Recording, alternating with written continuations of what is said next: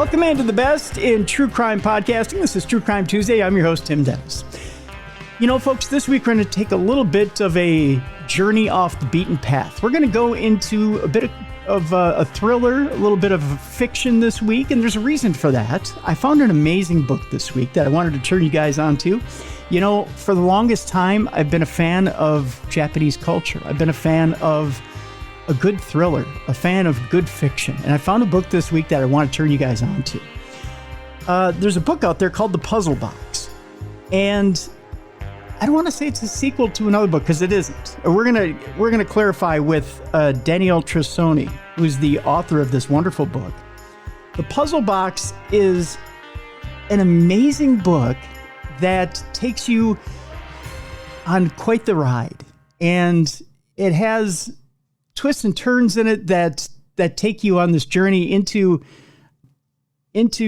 Japanese culture, into a bit of its theology, into and you know what, for my supernatural listeners on Darkness Radio, you're going to love the fact that it does get into its theology, that it gets into a bit of its supernatural mix, that it gets into a bit of your suspension of disbelief here, and that you need to kind of sit back and enjoy the ride as you're going on this journey with Mike Brink, who's a puzzle genius who gets this through an unfortunate event that we'll talk about with Danielle. And again, you know what? We're going to bring Danielle here in just a second to talk about the theme of the book, that this puzzle genius has to solve this, not only a murder of his doctor who's trying to help him through this unfortunate brain injury that he has, but also that he has to help solve this puzzle, which he wants to be pulled into. Again, we'll discuss it with Danielle. There's a bit of tragedy in here. There's a bit of a lot of excitement in here. And the setting in Japan is just absolutely beautiful. At the same time, it's thrilling. At the same time, it's dangerous. At the same time, it keeps you on the edge of your seat. And it's so exciting. Again, we'll get into the Puzzle Box here on True Crime Tuesday. And I think you guys are going to love this book. You're absolutely going to love this book. Let's tell you a little bit about Danielle. Danielle Trussoni is the New York Times bestselling author of The Ancestor, Angelology, and Angelopolis, all New York Times notable books, and The Puzzle Master, chosen by the Washington Post as one of the best thrillers of 2023. Her memoir, Falling Through the Earth, was selected by the New York Times as one of the top 10 books of the year. Danielle is a graduate of the Iowa Writers Workshop and the winner of the Michener Copernicus Society of America Fellowship, and her work has been translated into more than 30 languages. We have a link to her website in the description of this show. We encourage you to go visit her there. We encourage you as well to check out her other books. Let's bring her in right now. Danielle Trussoni, welcome in to True Crime Tuesday. Hey, Tim. It's great to be here.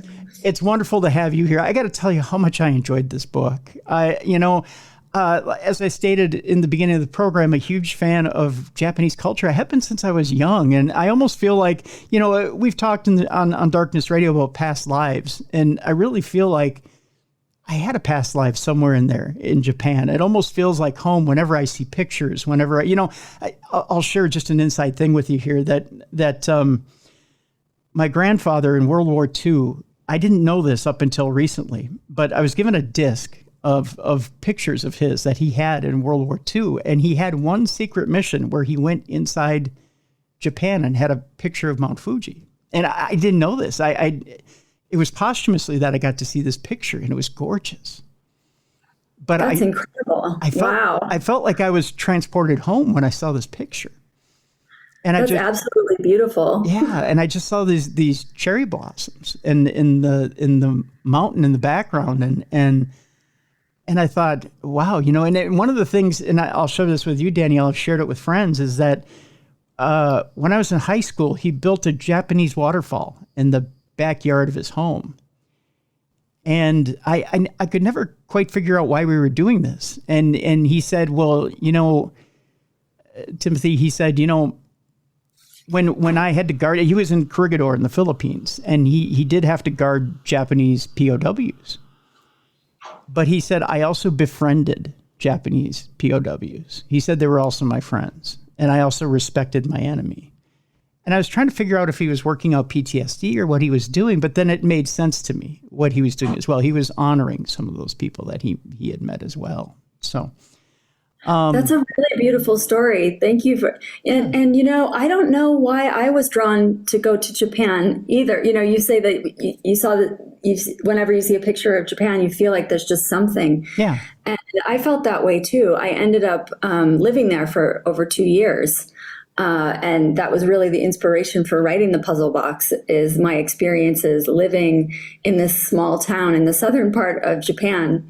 And, for the past 20 years, I guess, I've wanted to write a book set in Japan and just couldn't find that thing, right, that was good enough for me. I didn't want to just set a novel there and just have it be there for no reason, right? I needed to have something that was like really integrated, a story that was like so essential to Japanese culture and Japanese history and Japanese characters that I could actually write it and it would feel real. Well, this does feel so authentic and so real. And I do have to tip my cap to you because it feels almost too authentic and too real. I mean, there's so much research and so much that's so authentic about it's like being there and being there with a guide who tells you everything about the land, everything about different areas of Japan, not just Tokyo, because you could have just thrown this in the middle of Tokyo like every American author does and just said, there's a bunch of lights and here's a couple of authentic pieces of food and here's a couple of buildings that exist in Tokyo and you're welcome. And here we're going to fly back to the States now. And you could have set your story up like that and that could have been it. But you really submersed us into, and it was a complete immersion into Japanese culture and into the land of Japan and took us to different places in Japan and really gave us a tour. Yeah, well, and that was by design.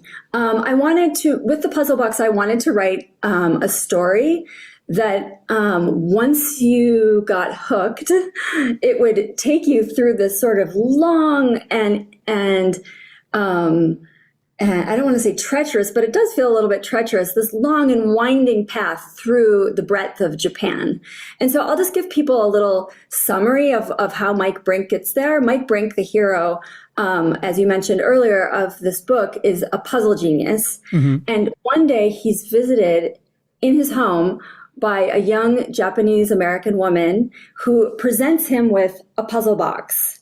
And I actually have a real Japanese puzzle box here that I'll show you. Yeah. So if you can see it, like they move, right? The pieces move just a fraction of an inch.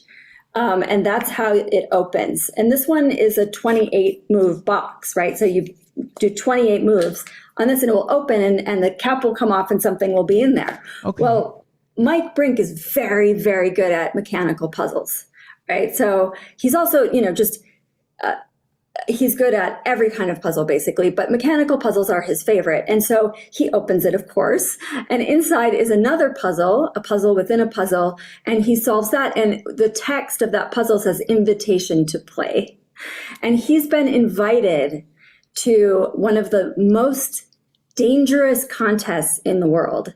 It's a contest that the Emperor of Japan holds every 12 years to open it's not ancient, it's about 150 years old, an old puzzle box that was created in the 19th century. The only problem is that every person who has tried to open this box has died in the process. Oh. So it's this big box full of traps and poisons and puzzles within puzzles. And it's really just a mind bender, right? Right.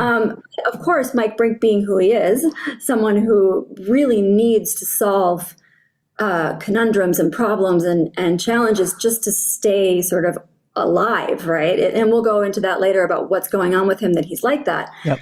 But he can't refuse.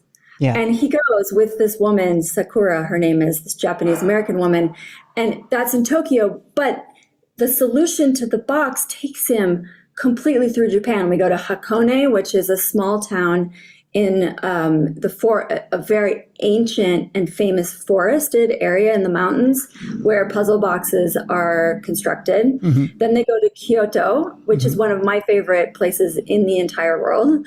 And they go to a few locations there. And then they go to the south of Japan in Kyushu, which is really very much the countryside. That's where I lived when I lived in Japan. Really? So I had to put something, in Kyushu in this story.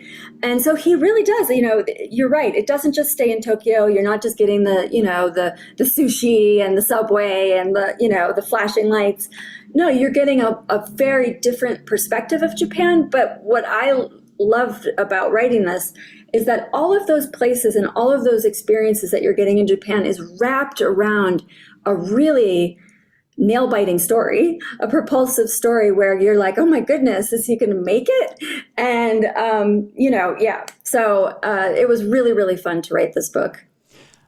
I mean, again, without getting spoilerish, I don't want to get spoilerish in this book, but you've done everything from set things in bamboo fields out in the middle of nowhere to, like you said, out in the middle of the country, to finding shrines in different places. I mean, specific shrines of certain gods to, just different things and the rich history and explaining the history behind the shrines of these gods. And in finding different pieces of Japanese theology that pull people in. I mean, knowing the different Shinto gods and things like that make you go, you know what? I want to learn more. I want to know more about the culture and knowing and immersing yourself in this entire culture for a few hours and knowing that I'm in this world, not just I'm visiting this world or I'm taking a little trip to this world and it's a casual little trip. You really are in this world along with Mike Brink and Sakura, and you're along, not just along for the ride, you feel like you're in danger with them. And that's a huge thing. Yeah. I mean, even when I was writing it, I was like, I was feeling in danger. Yeah. And I knew the ending. But about the Japanese theology and Shinto religion and the gods, like that element of this book was something that was really important to me. And when I lived in Japan, I lived in a small village in Kyushu, and every morning, I taught English in a high school. Mm-hmm. So I would walk from my little apartment, and I would walk through these sort of narrow Japanese streets, and there would be these small shrines. And sometimes I would stop and just, look at them, and sometimes I would see that people had left candles burning, or people had left coins or little packages. And it intrigued me about what this was. And so I've done a lot of research into Japanese religion. I've been to a lot of Japanese shrines. And one thing, I don't want to give too much away about the story, but one element that really fascinated me was the idea of the goddess. Yes. Right? There's the Japanese people. This is a legend and is actually sort of enshrined in the history of the imperial family. Mm-hmm. The Japanese imperial family, as legend goes, is descended from a sun goddess. Mm-hmm. And the sun goddess is the one who gave them these 3 imperial treasures that appear in the book. One is a sword, one is a jewel, and one is a kind of shield. And these objects, for me, became really intriguing. It was a way for me to get into the culture in a way that I hadn't seen before. And I had lived there for a couple of years, right? And I am someone who watches a lot of Japanese film and loves to read books written by Japanese authors. But I hadn't seen that element before. And so that's what really pulled me into, other than the fact that I lived there and wanted to write a story set into Japan, but those elements really brought me into this particular story. What is it, Danielle, about, there's something about the Japanese culture where they use an object as symbolism for something deeper. And then they take you in, like, for example, and you use it in the book yourself, where you'll use the puzzle box to take you in deeper into a mystery. and it may be something simple like, trying to think of something where I don't give something away here in the book. Yeah, but I'll give an example. Okay, so you mentioned things like a mirror or something to that effect, or three objects. But those three objects mean something deeper. Okay, so you look at these three objects. These three objects are actually symbolic for a message that's something deeper about that particular god, or it could be something as symbolic as again, I'm trying not to give something away about the book. Help me out here, Danielle. I'm trying to simplify this here. An object that you know what I mean, but a double meaning. Yeah. So if you have an object or it's symbolic of something else. So the sun would be. I think part of that. I mean, just to answer, I'm not Japanese, obviously, but and even though I've spent a lot of time there. But I'm still an outsider. It's a very poetic society. So there's and a very poetic culture. Yeah, extremely poetic. And if you take like the haiku, for example, yes. That's a good example. And there is a haiku in one of the puzzles in this book. It's I think it's 5 syllables, 7 syllables, 5 syllables, and it's very impressionistic. It's like almost like beats of images, right? This image and that image and that image. And together the impression of it leaves you with something greater and deeper, and almost like a feeling or like a vibration, right? And I feel like that really captures Japan, right? There's a lot that is not spoken. There's a lot that is under the surface. It's a point of pride for the Japanese people I knew to be very, to leave a lot of space, yes. Maybe it's because it's such a populated society, there's so many people living so close together, like leaving space in terms of how one interacts with each other, and also give, about they don't pound you over the head with symbolism or meaning. Right. They make you go in. And I also think, just to tie it back to the puzzle box, like,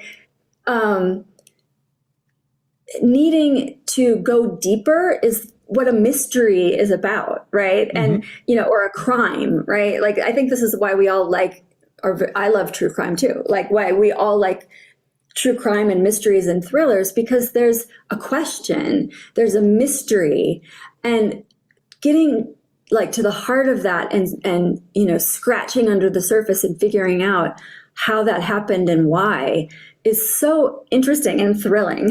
Yes. And for me, that's why I write, is that process of doing the research, having an idea, doing the research, going deeper, finding the symbolism that connects it to not only me, but other people. So the whole thing was really, it took a couple of years of, as you mentioned, research. There's a lot of research, a couple of years of research plus living there for me to feel like I was even capable of putting this together in a way that people could enjoy. Well, it's not only enjoyable, but it's complex. I mean, much like the culture itself, I got to be honest with you. I couldn't solve anything that was in this book immediately. Like a lot of people will say, well, I can read the story and I could be 3 moves ahead and I could tell you exactly where this was going. I couldn't tell you what the end of this book was. I mean, I had to. He's so happy. Yay. I had to hang on to the end to figure out where exactly this was going. And even there's some cliffhangers at the end where you're like, well, I wonder what happened to this character, or what happened to this character, and you're like, oh, and then not until the very last pages of the book do you figure it out or know.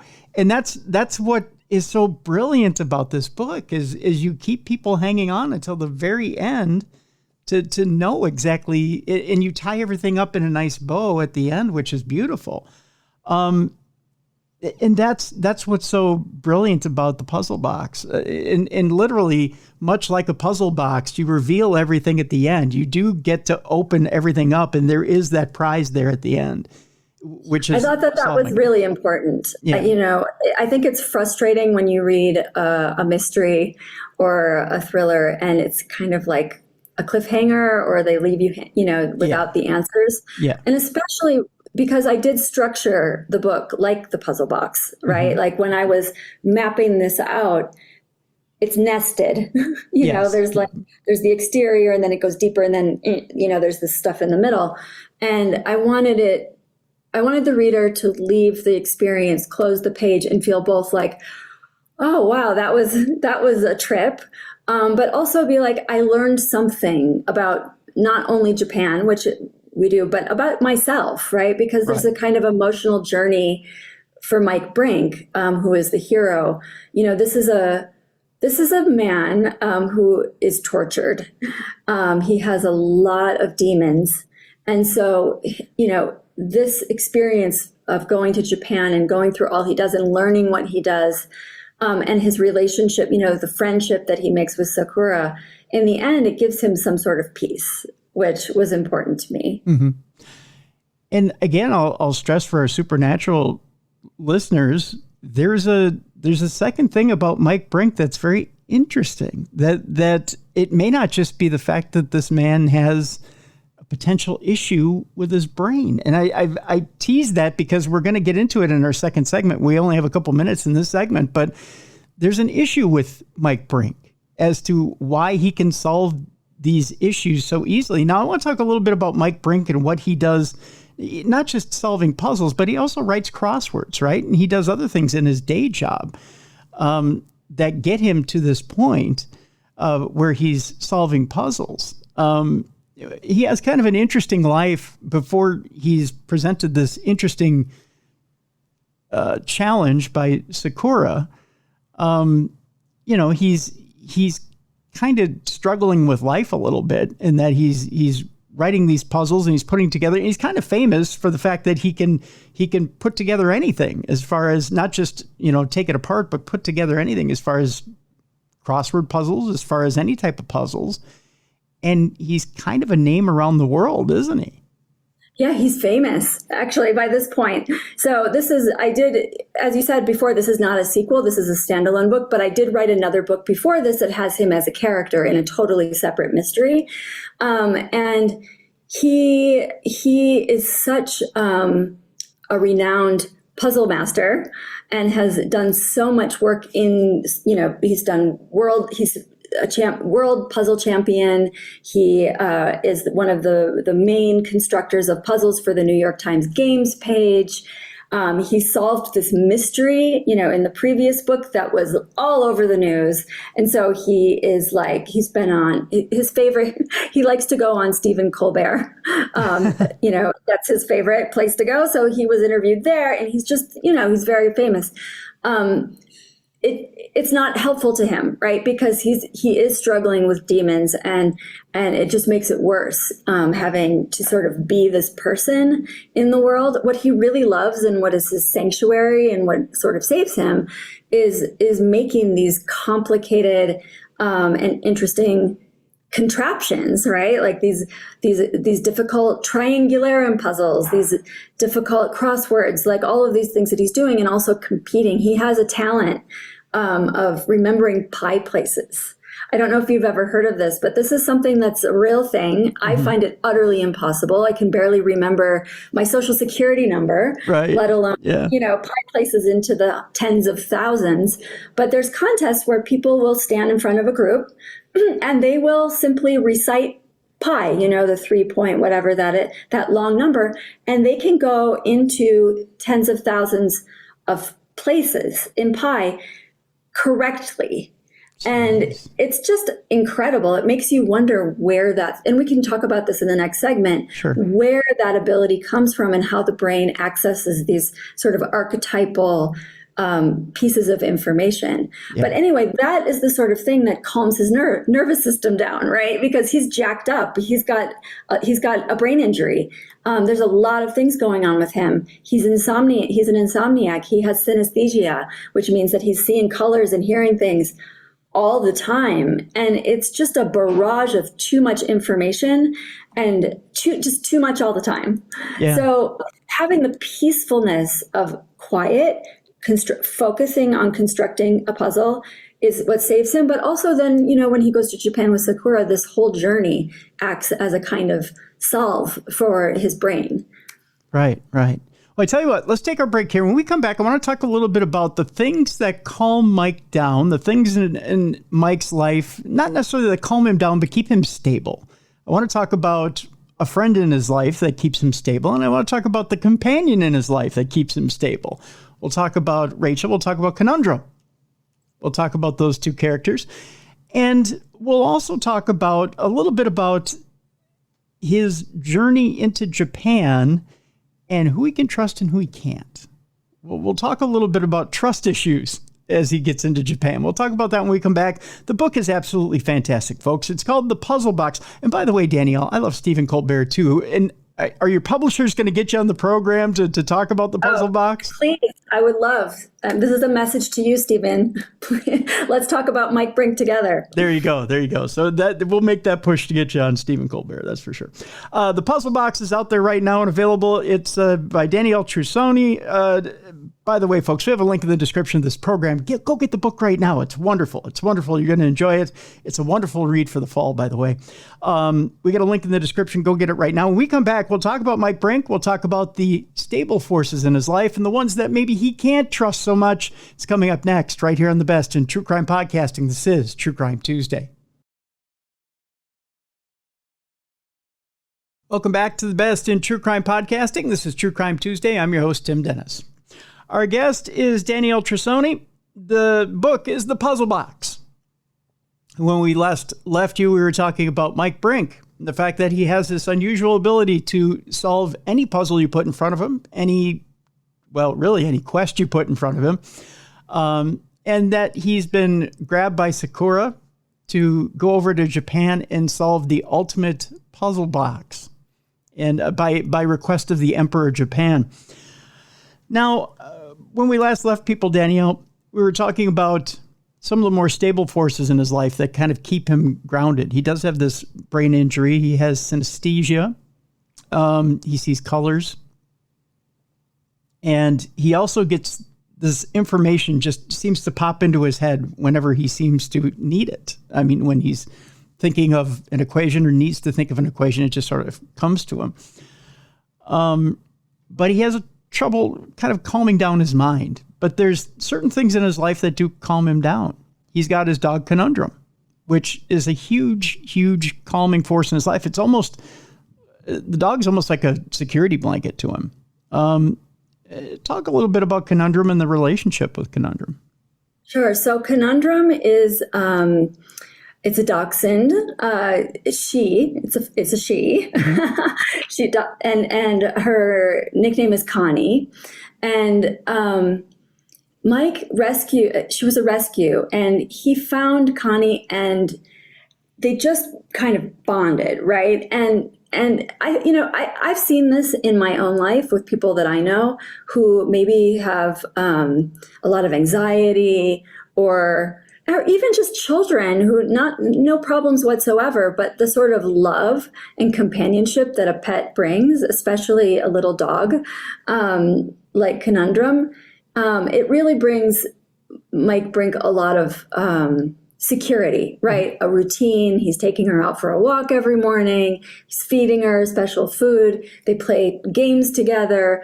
And, it seems a little bit simple, but I think that kind of unconditional love for someone who is, neurodivergent, the way that Mike Brink is really important. And I might, if you don't mind, just take a step back and talk about how he became that way, because let's. His condition and the reason that Conundrum is so important to him as his animal, as his pet, has to do with the way that this injury happened. So, Mike Brink wasn't always like that. He was actually, when he was 17 years old, he was a football star. He was a quarterback for a big football team, and he was actually being scouted for college football. And the night of the Ohio State Championship, he lived in Ohio, he got hit really hard, and he had a brain injury to his left hemisphere. Yikes. He developed something. This is actually a real disorder. It's very rare, but it's real, called savant syndrome. Okay. And what happens to people who suffer from this is they have a brain injury, and the brain sort of overcompensates, and there's a hyperplasticity that occurs. And these people develop a skill or a talent that they didn't have. So, for example, there is someone who's developed this who didn't play music at all, woke up in the hospital, and then a few weeks later just felt this urge to start playing the piano. And over the next 6 months, he not only was playing the piano, but he was composing music. And, he had this amazing ability to play the piano. This has happened with people where they suddenly are able to start speaking languages that they didn't know. And my question when I came across that bit of research was, how in the hell can they do this? Yeah. Like, what's going on here in the human brain where it almost feels like a different model for learning, right? It's not that we learn by taking in pieces of information and retaining it, but by scraping away a wall or a part of ourselves, we're given access almost to the stuff that's out there, right? Right. And there's a lot of theories about how savant syndrome works.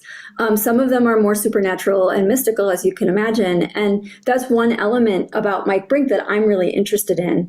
Not only like that he's a genius, right? But how this information comes to him when he didn't have it before. He was a very average person before, maybe physically, above average, but very average mentally. And then this injury changed him to such a degree that he's learning how to manage it. So he's really in a struggle with himself all the time. Yeah. Well, and that brings up another point, as you pointed out, that maybe there's another side to this, that maybe it's not just an injury that's causing him to be able to channel this information or this savant syndrome. He has a friend in his life that believes that this is not just a brain injury. Who's this friend and what does she believe? So his friend is Rachel. And she's been a friend with his friend since his previous adventure, right? She is someone who, she's a scholar. She's very interested in the history of religion, and she believes that there is a kind of universal knowledge, and that we all could have access to it. And in Mike Brink, one of the reasons she's so fascinated with Mike Brink and that she's so close with him is that she sees in him an example of a human being being able to tap into universal consciousness or God or whatever you choose to call it, but this ability to transcend the limits of the brain, or the body, which she believes is holding us sort of in our place, and access the universe. Right. So, so she's just she's mind blown by Mike Brink. Well, no, you use a term that our listeners on Darkness Radio are very familiar with, Danielle, and that's the Akashic Records. Yes. Yeah, exactly. And we're very familiar with that term. And, that would, what's a good way of putting this? Now, depending on how traumatic the injury is, it would make sense that what had happened to Mike Brink was very simple, that he simply unlocked a door that allowed him to more freely access that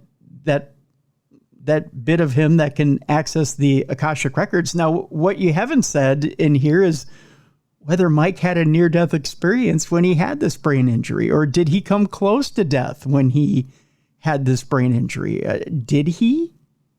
Well, so he was knocked out cold, right? And he woke up in the hospital. So he could have, right? That part hasn't been explored. And I would like to write another book with Mike Brink and go deeper into that element, that point, right? Where he was one thing and then he became another thing, and what happened at that point, because that's very interesting to me. His mentor, who you mentioned earlier, is murdered in the book, and that's not giving too much away. That's right at the beginning. Right. His doctor, who is also studying and is very seriously interested in his what happened with his brain, but from a scientific level, is he discusses at one point in another, I think it's in the first book, the idea that our brain is like a radio, right? And when you turn a channel, it can tune into certain things. And that by having this brain injury and having the plasticity of the brain change the shape, it's like almost like it allowed Mike Brink to tap into this other frequency that is there for all of us, but we just can't get there. Understandable. Or even breaking the tuner and being able to go all over the spectrum. Totally. Yeah, right. Yeah. Another way of looking at that would be, breaking the tuner. Right. But yet in the same respect, is it saying too much that Dr. Travers is the name of the? Yes, Dr. Travers is the doctor. He also believes that there may be a way to control this as well. That maybe through pharmacological means he can try to bring Mike back to normal, so to speak, or bring him back into a normal brain spectrum. But he never gets to that point, obviously, because he's murdered before he can do that. Yeah, that's what is at stake here for Mike. In the beginning, he's contemplating. It's a question I think that, we all would ask ourselves in this situation. Would I rather be happy and normal? Or am I willing to suffer to be abnormal? Or not abnormal, gifted, right? Right. To be outside of the spectrum of what people consider to be normal. And, part of him knows that his gift is really that. It's a gift and nobody else can do what he can do. But then other people on the outside, he looks very successful and famous and, he's a puzzle master. But inside, every day is a challenge. Mm-hmm. He's not sleeping. He can't have relationships that work. It's just really hard. So it's a real question for him. Would I give all this up? And if I could take this cocktail of pills, from Dr. Travers, would I do it? And so that's the questions that are on his mind when Dr. Travers is killed. Yeah. And so it leaves him in this state of needing to find answers for himself. And and you've set up this beautiful, I hate to use the pun here, conundrum of his that he could be normal, but he has this wonderful challenge sitting in front of him that Sakura's brought him, which lures him like a siren song, right?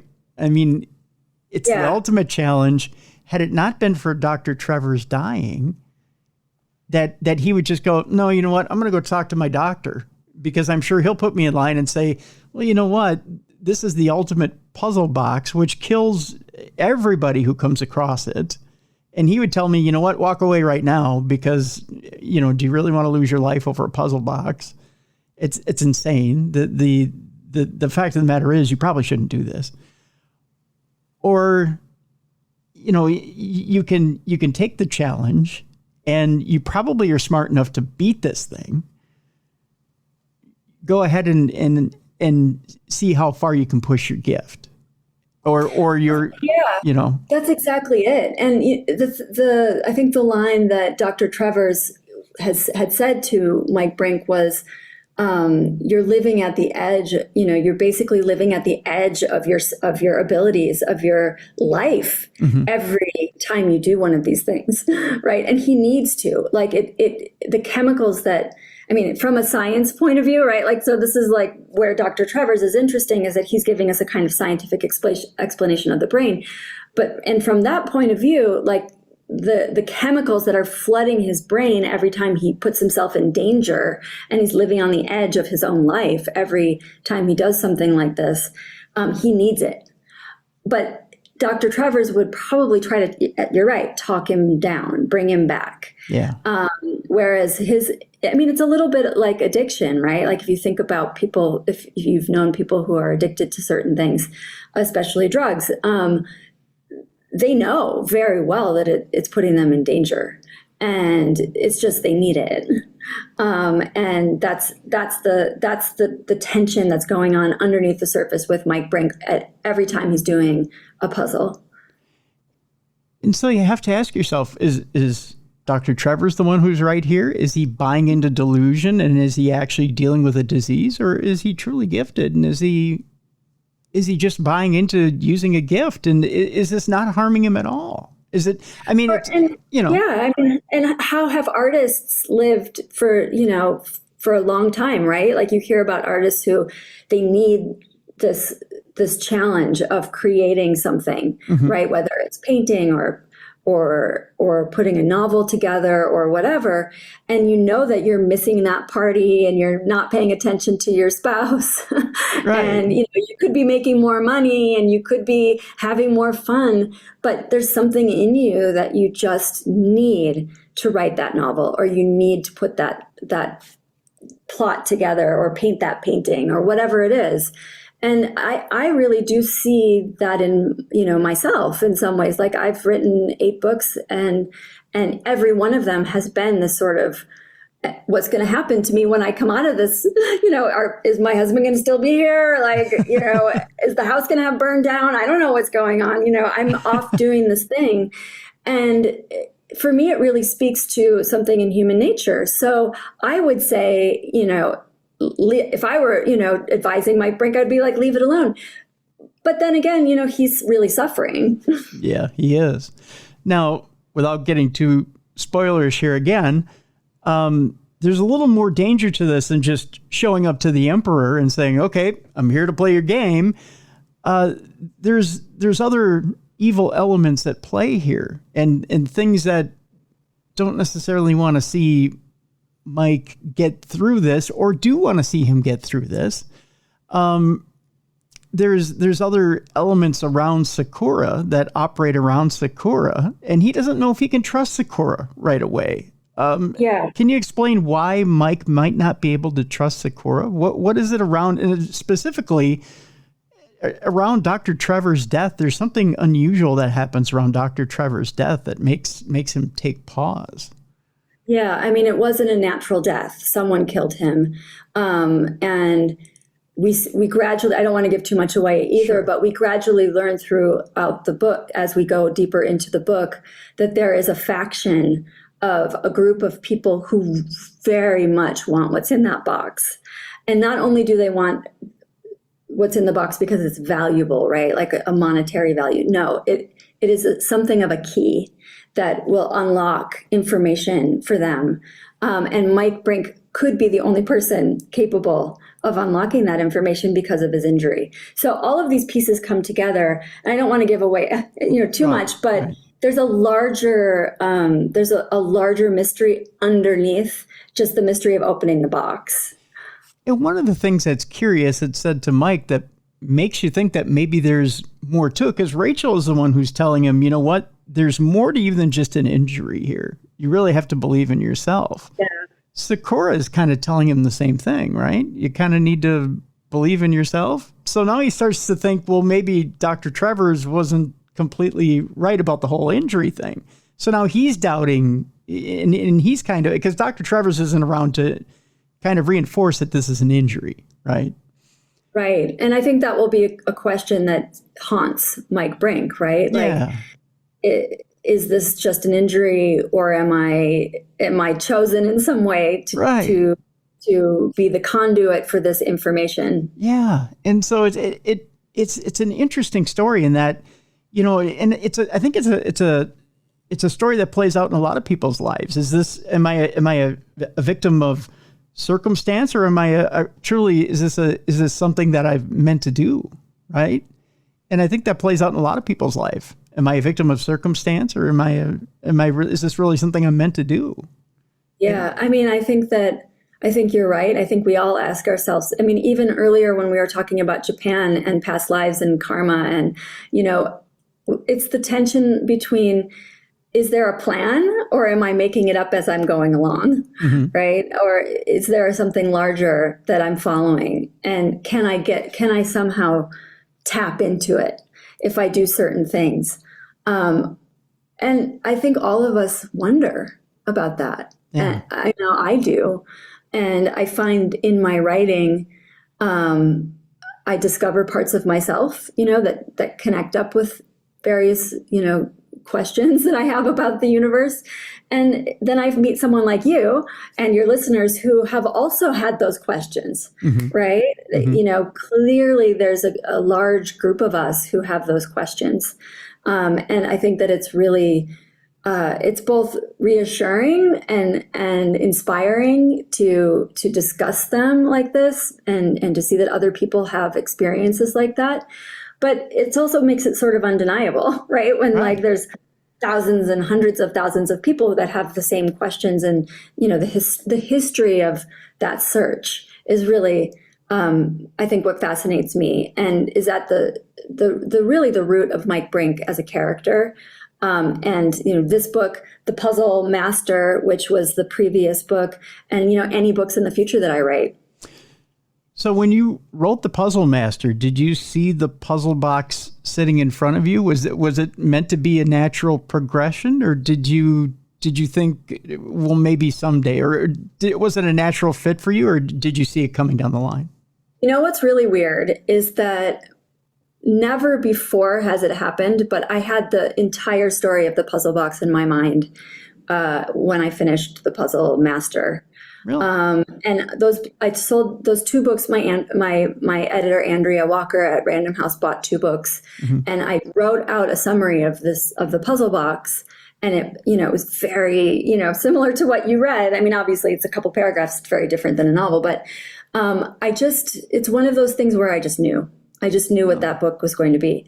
And I sat down, and this is the first time this also has happened to me. And I wrote from the beginning to the end without taking a detour, without having to cut a lot of material, without having to change things. I just really wrote it. And it feels almost like a download, you might say. Wow. So this book really did come to me in that way. I'm really hoping that happens to me again, because it's such a pleasurable experience to write a book where you know what's going to happen rather than having to figure it out. Is that almost a scary experience for you when something happens that naturally? A download, it's a little like scary. Yeah. As I said, I've written some nonfiction too, but this is my fourth novel, and never has it happened before. Yeah. So if you tried to sit down and write the further adventures of anything coming off of this, because I'm not going to spoil anything coming off of this book, do you think it could come to you just as naturally, or do you think I hope so. I hope so. I mean, I haven't sat down with it and tried to formulate it yet. I have a couple of ideas of what's next. And, which a lot of it has to do for me with location and then the characters. So I haven't gone there yet, but when I do, I'll let you know. Okay. Tim. Sounds good. I will send you a message, and I'll be like, it's here. All right. In the meantime, we need to manifest this whole Stephen Colbert thing. I don't know how we do that. Yeah, we do. Come on. How is it going to happen? I don't know. But we'll manage it somehow. It's just putting it out there in the universe, right? Yeah, Mike Brink would be very happy. Yeah, that's right. That's right. All right. So the name of the book is The Puzzle Box. Danielle Trussoni is the author. Again, pick it up, folks. Go get it. It's out there. It's a wonderful read for fall. It goes very quickly. It is such a wonderful book. And especially, again, you don't have to be a fan of Japanese theology or culture to get into it. It is that exciting of a read, folks. You get into it, it grabs you, you're along for the ride, and you're off and running. But I'll tell you, you're not going to want to put it down once you get into it. It is that good of a book, especially, and I'm telling you, for those of you who are big fans of Darkness Radio and the supernatural aspect of things, you're not going to be disappointed. There are plenty of supernatural elements to this book as well. So I'm telling you, I absolutely enjoyed this book. I was enthralled by it. I didn't want to put it down. I unfortunately had to put it down once to go to sleep. I had to force myself to go to sleep. I put it down, Danielle, at 5:30 in the morning. No. Yeah. To get a couple hours sleep, and I picked it back up again to read it. So I forced myself to go to sleep. I didn't want to go to sleep, but I had to. So that's how enthralled I was with the book. But Yeah, it was a very, very good book. I thoroughly enjoyed it. The Puzzle Box is the name of the book. Go get it right now. Danielle, I want to thank you so much for being on with us today here on True Crime It was Tuesday. my pleasure. This was such fun, Tim. Thank you. Thank you. Folks, it's time now for us to, I don't think we can lighten it up anymore, but it's time for us to bring in Jessica Freeberg. It's time now for us to do some dumb crimes and stupid criminals. It's Crayon News story time. What happened with this dude, Christ Bearer? I heard he cut his penis off and then jumped off a balcony. Suspect pulls gun from butt, shoots twice at Denver police. What is your emergency? I need help. And what's the problem? I'm too high. You're too high? Yeah. It's that time once again, the time we all look forward to. It's time now for dumb crimes and stupid criminals. And with that, we need a co-hostess, and we bring her in right now. She's intelligent, she's witty, she's fun, and she's got 2 brand new books out there, which I trust you've now made her a New York Times bestseller. Right, people? Jess, what's the status? Are you now a New York Times bestselling author? I don't think I am, but it's all right. I'm happy with whatever people buy. I was an Amazon bestseller, so we'll take that. Well, okay, but I'm disappointed in our audience that they haven't catapulted you up yet to New York Times bestseller. I mean, have you heard from the Hindustan Times yet? Have you gotten to that point? No. They need to reach out to me, though. Okay. I'm here for it. We're getting you there. We're getting you there. Baby steps, Tim. Baby steps. That's right. Well, we'll see. We'll see by the end of the week. There's still time. The Hindustan Times could call yet by the end of the week. We'll find out. I'll guarantee you this. By the end of the week, you'll get a call from the Hindustan Times saying, Jessica, we'd like to make you one of our bestsellers, along you and Natalie. Yes. You're on our bestsellers list for your 2 books. So there you go. Perfect. I did have someone ask me, Tim, it was Michael, as a matter of fact, in the Darkness Radio chat room as we were all arguing football on Sunday. Don't ask me why on Sundays in the chat room we're arguing football. I don't know. It's gone awry in the Darkness Radio chat room, which, by the way, if you want to join in on the reindeer games in the Darkness Radio chat room on Facebook, you go to our Facebook, one of our Facebook, we have 2 of them, Darkness Radio page, and look for the chat room and just join in. If you need the link, just hit me up on my page and I'll send you the link. But for some reason we got into teams. Oh, I know what it was. It was Steve, who is too proud of a 49ers fan, who decided he was going to come back and try and boast about the 49ers loss to the Vikings last week. So I had to rub it into him one more week as to how bad of a team the 49ers are. They're not that bad, by the way. I just like having fun with them. They're not that bad. They're good. And then I found out that, they lost to the Rams on Sunday. So I got to just, needle them some more. Then on top of it, the a-hole I am, I found out it was Steve's birthday. So I was really an a-hole to him on his birthday.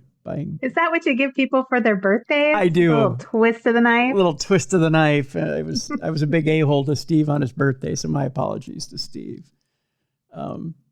I just gave him a bunch of crap about his team. Although he did admit that he's a Vikings fan, but they're way, way down there on his list. We only tease the people we love. That's right. That's right. We only give crap to the people we love, especially on their birthday. I told him he could go blow out his candles now that his team has blown the lead for a second straight week. Was that too mean? Yeah, I mean, it's maybe kind of mean. Just touch. A touch. A skosh. It was a skosh mean. Yeah, so that's the kind of fun and revelry you can find at the Darkness Radio chat room on Sundays. I actually just joined it. I don't even know how. Somehow it popped up and I clicked join. So I'm in there now. There you go. Well, welcome Yeah. aboard. Just don't I'm come so in. excited. Yeah, just don't come in on Sundays. I mean, I won't come in on Sunday. I don't know. I don't have an opinion about football. There you go. Well, just stay away from Sports Ball Sunday and you're fine. Right. But so Michael had said, well, do you know of any good reads? I said, of course, Jessica's 2 books. Go get them. Yeah. Yeah. See, I'm working for you, kid. They're all right. They're quick little reads. You can have fun with them. See? So does your literary agent work that hard for you? I feel like you need to get a percent just like she gets a cut. I don't need a percentage. I'm just asking if your literary agent works that hard for you. That's all. I was just explaining that to someone. I'm like, everybody takes a piece. The publisher, my agent, and then it comes to me. And I'm like, this is all that's left of the pie? See, you should just have friends that just automatically promote. That's all it should be, right? I just expect friends of the show just to say, hey, you know what? There's this great show out there you should listen to. I just write for the love of writing. I'm not trying to get rich. Well, so that would be okay. I would take it. It helps, right? It helps. It would help. 2 kids in college. It would help. It would help. Right. It would help. So there you go. So by all means, folks, Natalie and Jess need your help. So go out there. That's right. We both have 2 kids in college. We really need your help. That's right. So 2 kids in college each, 2 books out there. Buy them up. Buy them. Yeah. They make great holiday gifts. They're great reads. You need something like fun. It's a great time of year to sit out on the porch. And I'm doing it right now, sitting out on the porch and reading both books. Yay. Yeah. In fact, I think I scared the hell out of Spud with one of them today. So it was great. It was great because I've got Speechify. So what I did is I loaded up the books in Speechify and then I was playing them out loud. I wasn't wearing my headphones. So Spud kind of looked at me like, huh? When Spud heard about one of the monsters, it was like, what? What did that monster do? Okay, I'm going in, Dad. Yeah. Scary. So, well, you wrote too good of a book, evidently. Just saying. So. Thank you. Yeah. Scared of Chipmunk. Congratulations. Just saying. I did feel bad when I first started writing and my first book came out. My son wouldn't read it. He read the first chapter and he was like, it's too scary, Mom. I can't read it. I was like, I feel bad that I scared my kid, but as a writer, I was like, yes. Yeah. No, that's good. That's good. Then you got a good test subject. Then you sit them down and make them read every book. See? Yeah. That's how you do it, right? It's too scary. It's just right. That's right. That's right. I probably had the opposite effect with my nephew. He started listening to shows and went, that's really cool. I'm going to listen to more. And I went, oh, God, no, I demented him. Probably bad. Bad, Uncle. Bad. Yeah. Probably not a good thing. Just saying. By the way, our guest today, Danielle Trussoni, the book is The Puzzle Box, has little bits and pieces of the supernatural in that. So there's mentions of the Akashic records in there, stuff like that. Ooh. So yeah.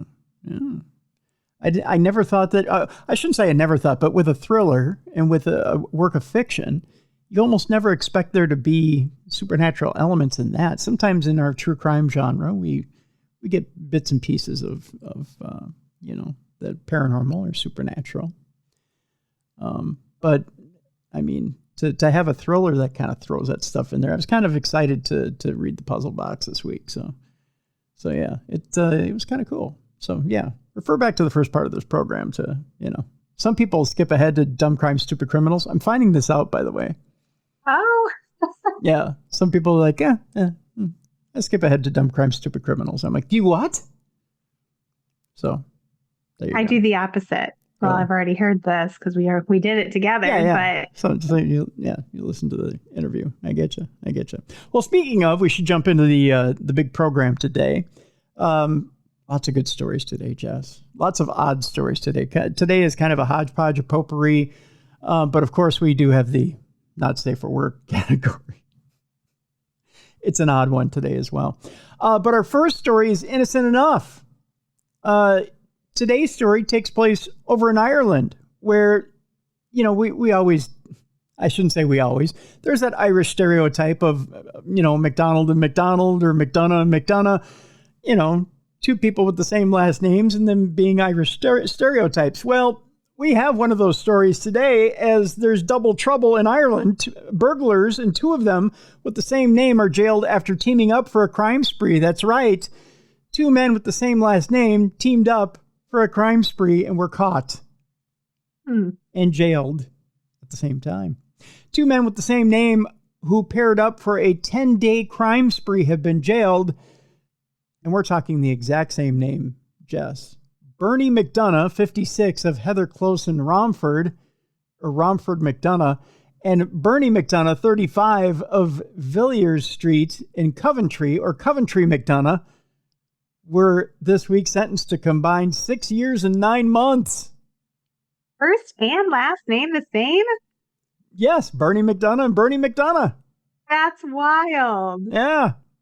During 10 days in August, the namesakes traveled around Warwickshire in a black Lexus, targeting homes and stealing items, including a TV and jewelry. The McDonoughs were of the opinion that they could go from house to house across the country and take what they liked when they liked without any repercussions. I see what I did there. I flipped the letters. It was kind of fun. Said D.I. Alan Hands of Warwickshire Police. On August 1st of this year, the McDonoughs attempted to break into property on Birchwood Road in Binley Woods, Coventry, but only succeeded in damaging the lock and door frame. They were both seen to drive up in a black Lexus and reverse onto the drive at the time when the damage was caused. 5 days later, the pair broke into a property on Coventry Road in Bulkington through the rear door. A 55-inch television, 6 watches, and a necklace with a total value of around 3,100 pounds were taken from the property. Again, both men were seen on camera arriving in a black Lexus and later loading the television into their vehicle. I have to show you the picture of these 2. Now, I say there's no relation, but don't they look like they're related? They do. They have the same kind of scowl. They do, don't they? The same downturned mouth, the same hairstyle. Yes. Yeah. Yes, they definitely look like they could be related. They look like either uncle and nephew or father and son, or they look like the one guy looks a little older than the other. Yeah, they look like they're of the same ilk. I don't know. It's just the older guy has a bit more of a fatty neck or jowls yeah. On August 10th on Main Street in Wiley, the McDonoughs were witnessed breaking into a property and spending 5 minutes inside before leaving in a black Lexus. This was also captured on CCTV footage. An untidy search had been conducted inside the property, leading to the theft of a jewelry box. In addition to the above, on November 22nd last year, Romford McDonough broke into a property on Bridge Avenue in Upminster, Essex, through the back door. Cash of various currencies was taken on the property, in addition to 2 valuable watches with the value of the items totaling around 5,500 pounds. DNA from the hammer used to break the glass on the rear door was analyzed and traced back to Romford McDonough. They don't do that in the States, you know that? They don't do DNA testing? No, not on a simple burglary. I suppose not. Mm-mm. Huh. Just murders and stuff. Yeah. Big stuff. Yeah, but they don't do that here in the States. If you have a simple burglary and if it's done with a hammer, like a smash and grab, they won't test stuff like that. They think that's just a waste of resources. I find that not unusual. A waste of resources if it's your stuff. No, not at all. Not at all. This week, Romford McDonough was sentenced at Warwick Crown Court to 4 years, 9 months, and 2 weeks in prison, as well as requirement to pay a victim surcharge of £228. He was also disqualified from holding a driving license for 270 days. Boy, they really throw the book at him over there. You know that? They do. Yeah. Do you think they have a little less of that type of crime then because they're deterred from it? I think so. Yeah. His sentence relates to 3 counts of burglary, 1 count of attempted burglary, 1 count of going equipped for burglary, driving without insurance, and driving while disqualified. At the same court, Coventry McDonough was sentenced to 2 years in prison, as well as requirement to pay a victim surcharge of £187. This was in relation to 2 counts of burglary, 1 count of attempted burglary, and 1 count of going equipped for burglary. Like I said, they throw the book at him. They used the same car each time and were caught on CCTV repeatedly, indicating that they took very little care in trying to remain unseen, said D.I. Hands. D.I. Hands sounds like a kid's character, it should be like a judge who keeps his hands like this the entire time. Does. Like a cartoon judge. It has been a pleasure for us to bring this little piece of reality to them through this prison sentence, D.I. Hands went on to say, and to give the victims of these burglaries the reassurance that they have been suitably punished for their crimes.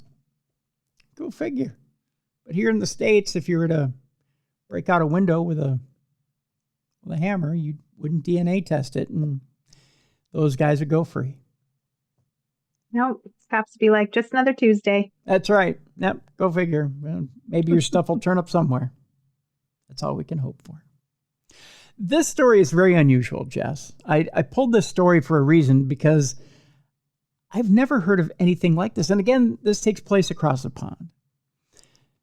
The headline on this story is, a remote village is plagued by a mystery poison pen letter or letters.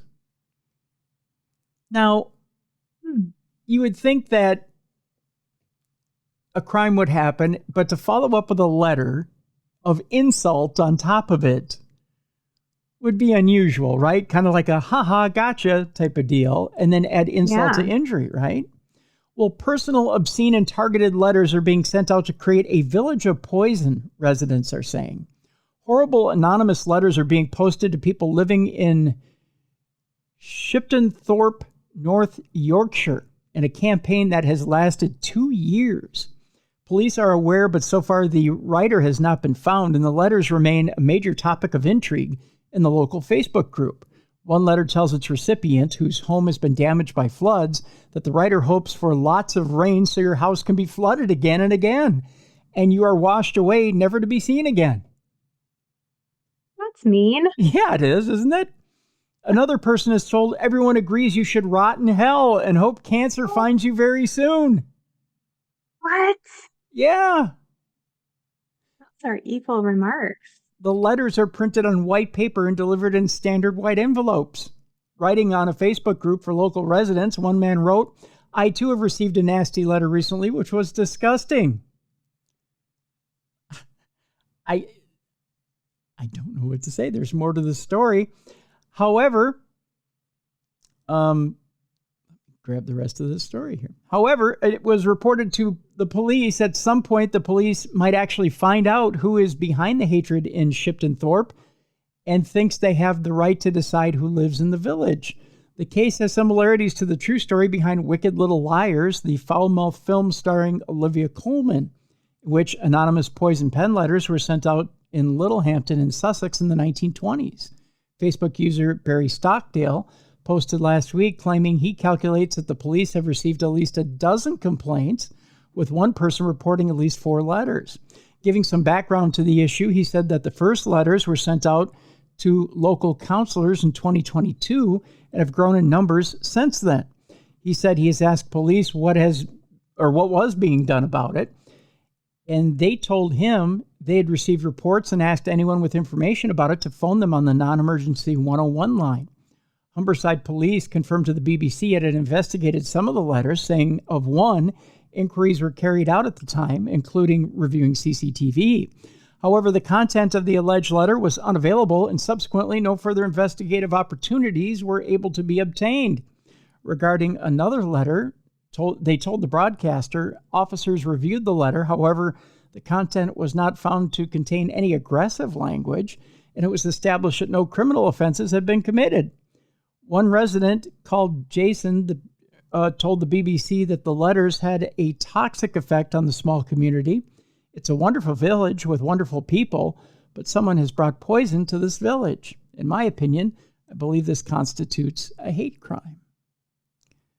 So someone's just writing these mean, nasty letters to people in the village and circulating them. Like the original troll. Yeah. You know? Yeah. Just a troll. Yeah. But people are up in arms about it, which I can't blame them. You could say, I mean, on one hand, you could say, well, grow some tougher skin. But yeah. But when it's personal, I mean, things like "I wish you'd rot in hell" or "I wish you'd get cancer" or things like that. I mean, it's pretty tough stuff to swallow, right? Yeah. I think I would just read it and laugh and then toss it in the trash. Yeah. But, you know, I mean, here in America, though, I mean, we have a different set of, I don't want to say a different set of rules, but I mean, we do tend to have a little tougher skin where we're like, if we don't know who it is at Senate, that, you know, we tend to let it roll off our back and continue on with life. But, you know, we forget that, you know, when you talk about a curse word, right, that sometimes words have meaning and carry weight. And when someone throws that at you, it's literally a curse, right? Yeah, that's true. Legit. Yeah. And so when someone wishes you ill will and puts it in writing and then sends it to you and receive it, sometimes in countries like in Europe, that carries a lot of weight, especially if you receive something like that. So it carries a lot more meaning, especially outside the U.S. than it does here. Here, I think we just kind of, you know, would throw it away and think it was nothing, think it was rubbish. But yeah, turn it into some really scratchy toilet paper. Yeah, exactly. Exactly. Our next story, Jess, I'm going to make a bit of a joke here. You may think it's tasteless, but I think it's kind of funny.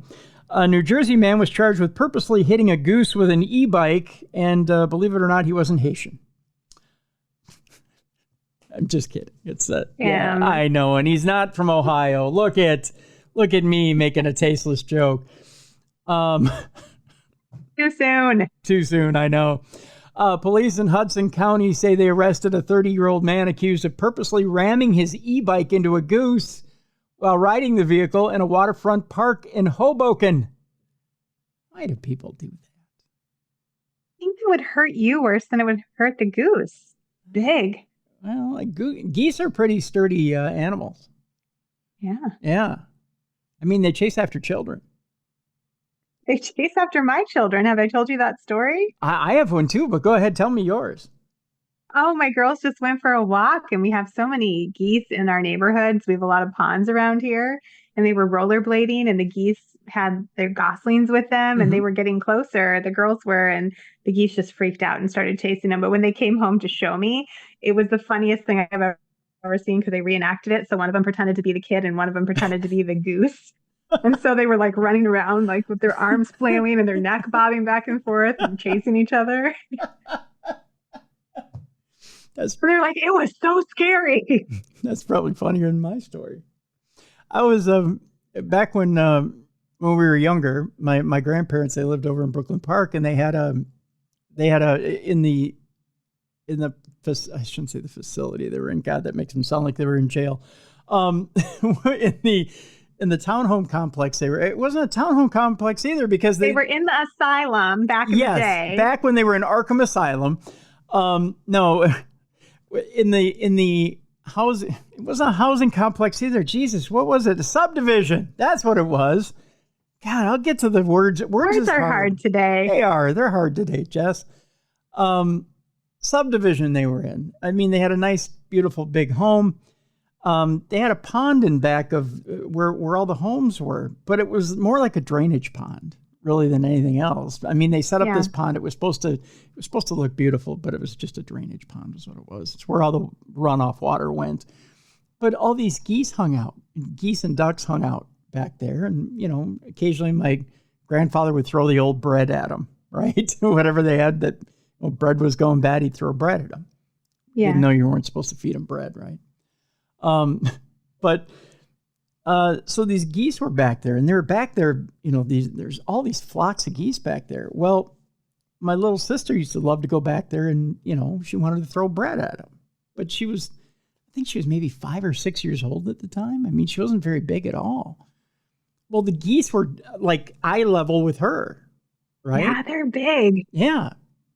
She's going to, and they're Canadian geese, right? So she's going to throw bread out to them. Well, she got a little too close, like you said. One of the geese had goslings with her, and not Ryan Gosling. Don't get me wrong. But she's trying to throw bread to the little baby geese, And the mother's getting upset, and she starts hissing at Steph. And so Steph goes back at her. Because she's like, I got bad breath too. And the mother takes off after her. Well, Steph's like, and she starts running with the bread. And we kind of stepped in between the mother and and Steph, so she wouldn't peck her eyes out or whatever. But, and kind of chased after her so she'd back off, the mother. But, I mean, she was mad. Like, she was going to go after They're the kid. aggressive. Yeah. But those mamas. Yeah. But, I mean, but they were exactly the same eye length. I mean, they were eye to eye with each other. And she would have taken my sister down, Yeah. Yeah, pecked her eyes out. But yeah, they're mean. Geese are mean. No excuse to go over a goose with an e-bike. No, never. No. But this man in Hudson County was arrested, 30-year-old man accused of purposely ramming his e-bike into a goose while riding the vehicle in a waterfront park in Hoboken. The incident occurred on September 11th when Hoboken police responded to reports of an individual intentionally striking a goose at about 5:35 p.m. at Pier A Park on Sinatra Drive, officials said. Oh, Frank is proud. I'll tell you that much right now. The suspect was identified as Andrew Mullen of Hoboken, according to city police. Mullen was arrested and taken to Hoboken Police Headquarters, where he was charged with cruelty to animals and received a complaint summons for riding an e-bike on a walkway. According to police, additional details about the incident were not available on Sunday, including whether the goose was seriously injured. So there you go. I have heard it on good authority that the goose is suing, though. So, along with the goose's As family. he should. Yeah. For 1 million crackers and a few loaves of bread. So that's what they're getting. Easy. Yeah, easy peasy. So we move on. We're going to Florida, where I got this story from Corey. Thank you very much, Corey. If you have a story for us for Dumb Crimes, Stupid Criminals, send it in, tim@darknessradio.com. Jess, according to this story, a Florida man in his underwear is accused of burglarizing and damaging a mini golf course. I can see it in my mind. And you should probably keep it there because reality is worse than what I'm sure you're fantasizing.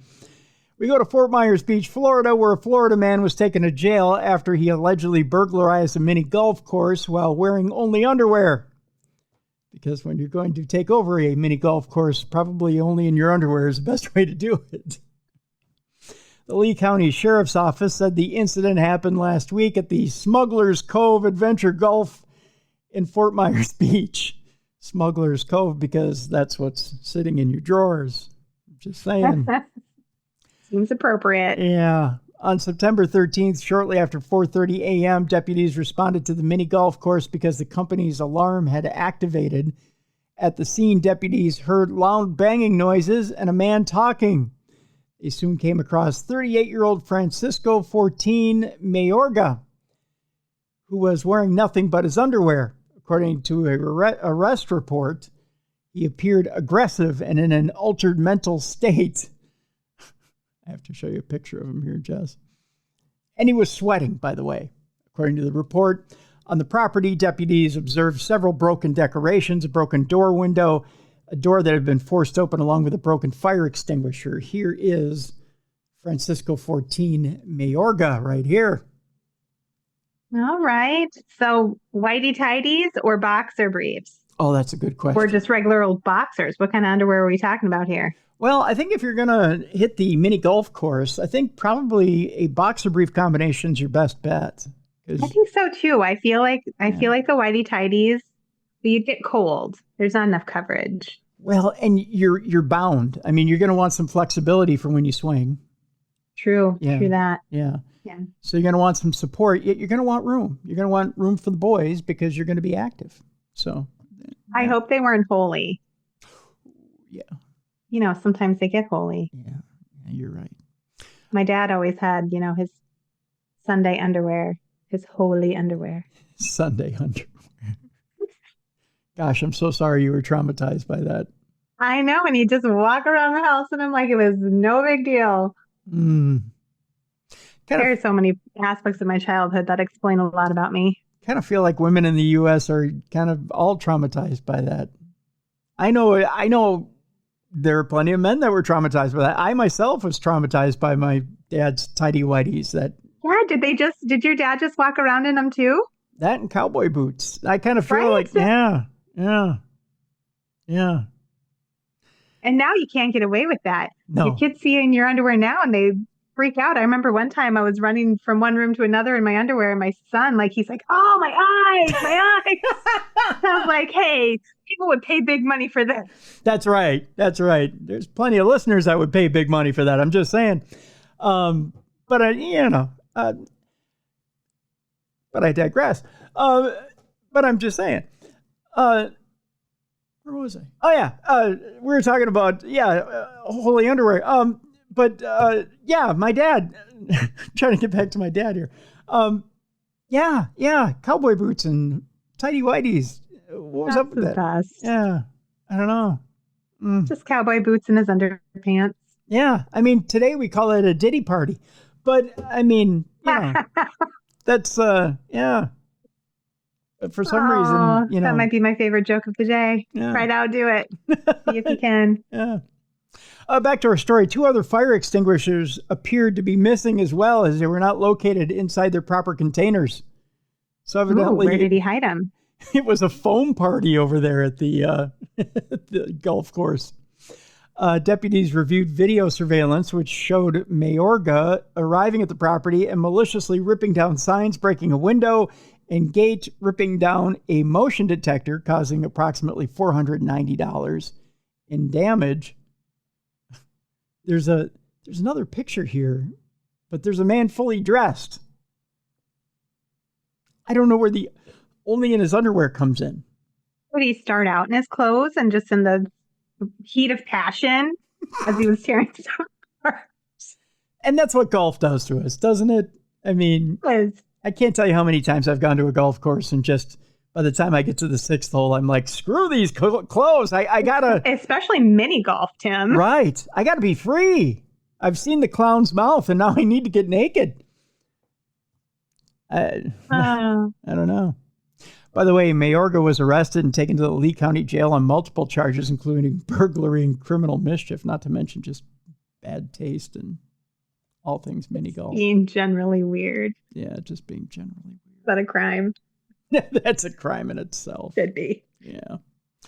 Hey, it's time now for our airline passenger criminal of the week. It seems like weekly now we're running into somebody on an airliner who can't keep it together. Although supposedly these crimes are going down. I mean, not going down as in the planes going down, but, there are less of them. Yes, there are less of them. That's what I meant. Not that they're taking the plane down with them. This one is on Ryanair. A passenger screams, "Meet me outside this aircraft," in a foul-mouthed rant. Can you do that when you're up now while we're in the sky? Yeah, I was going to say, can you do that when you're up in the air? Meet me outside. On the wing? Yeah. Like we're going to do a Shatner fight is what they call it, I think. It's, I don't know what that is. We're like Tom Cruise, but we don't have stunt doubles. Oh, yeah. Ooh. He doesn't either, though, so. Yeah, well, he does. Does he now? I just saw a story about his stunt double. He's had a stunt double since, what was the movie? It's a long time stunt double. But I thought he was doing all his own stunts. He does, but he has a stunt double for when it gets way too dangerous. In fact, that's fair. You know the stunt from Mission Impossible where he's hanging off the cliff? Yeah. Yeah, he had a stunt double. For that. Yeah, because the movie company got really, really nervous about it, and they demanded that stunt double come in and sub for him because they could just see Tom Cruise because it was a 1,000-foot drop. Oh my goodness. So Tom started out doing that stunt and hanging from that cliff by just 2 arms, and they said, no. Get his stunt double in there to finish that stunt. Because they just imagined Tom Cruise at the bottom of that ravine, like nothing but a puddle. Yeah, movie over. Yeah, so they said, no. You have him finish the stunt. So no, what was I watching that his stunt double was on? Oh, there's a series on Vice called Icons Unearthed. and it's called Icons on Earth, Tom Cruise. And it talks about the different parts of his career, and they have a whole section on the Mission Impossible series. Cool. Yeah. So yeah, if you get a chance to check it out, you'll see his actual stunt double, and his stunt double's been with him since. In fact, he met his stunt double. His stunt double was Val Kilmer's stunt double on the Batman movie that Val Kilmer did, which was Batman Forever, I think. Oh. Yeah. And the only reason why is because Tom Cruise's wife at the time was in Batman Forever. So, and Tom was on the set for that and said, "Hey, you're really good, and you kind of look like me. Would you like to be my stunt double?" And then picked him up from there, and he started being his stunt double. So, well, maybe we could hire this guy to be our stunt double next time we get threatened on an airplane. That's right. Although he looks nothing like me.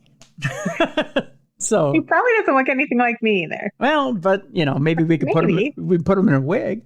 Yeah. But this furious Ryanair passenger was filmed shouting, "Meet me outside the aircraft," in a tirade of abuse.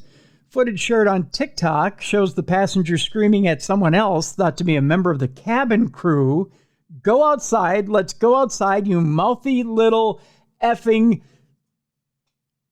It rhymes with bunt. Ooh, I don't like that word. Yeah, that's why I didn't say it. Thank you. Yeah. Good boy. You're welcome. She points at the woman who is off camera and says, "Look at you. She's still smirking. Effing hold my phone. She's still smirking." Ooh, she was going to mix it up. Wow. Hold my phone. We're getting real. Yeah. Hold my phone. Well, you can't hold the phone like this and punch somebody. It hurts. You could break your phone too. Well, you break your knuckles before you break your phone, especially the new ones, like the 14 and 15, the iPhones. They're supposed to be unbreakable. Just saying. Really? Yeah. I say give it a try. Why not? That's why they give you phone coverage. That's true. Yeah. I mean, you're going to get arrested before you get coverage. Just saying. She then pushes up against a number of security guards while her friend urges her to stop. The person she is targeting then seems to get off the plane, at which point the woman tells her to meet me outside this aircraft, you mouthy effing bitch. Yeah. I don't think that ever works. I don't think that trick ever works. I don't think so. No. You know who meets you off the plane to square up? Security. Yeah, a ranger. Yeah, and then they handcuff you and take you to jail. And you know who always wins that fight, Jess? The ranger. That's right. Always wins that fight, 10 times out of 10. Because they have guns and tasers. Just saying. She also points out of the plane and shouts, "I'm going to make you famous." Whoa. Yeah. I'd have been like, what? Huh? Make me famous? What? Okay. Wasn't that out of Young Guns? I'm going to make you famous?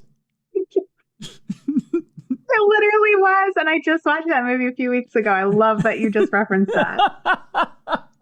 I'm going to make you famous. Earlier this month, Ryanair boss Michael O'Leary admitted there's been a notable rise in bad behavior caused by drinking and drugs. By the way, this is what this pit bull looks like.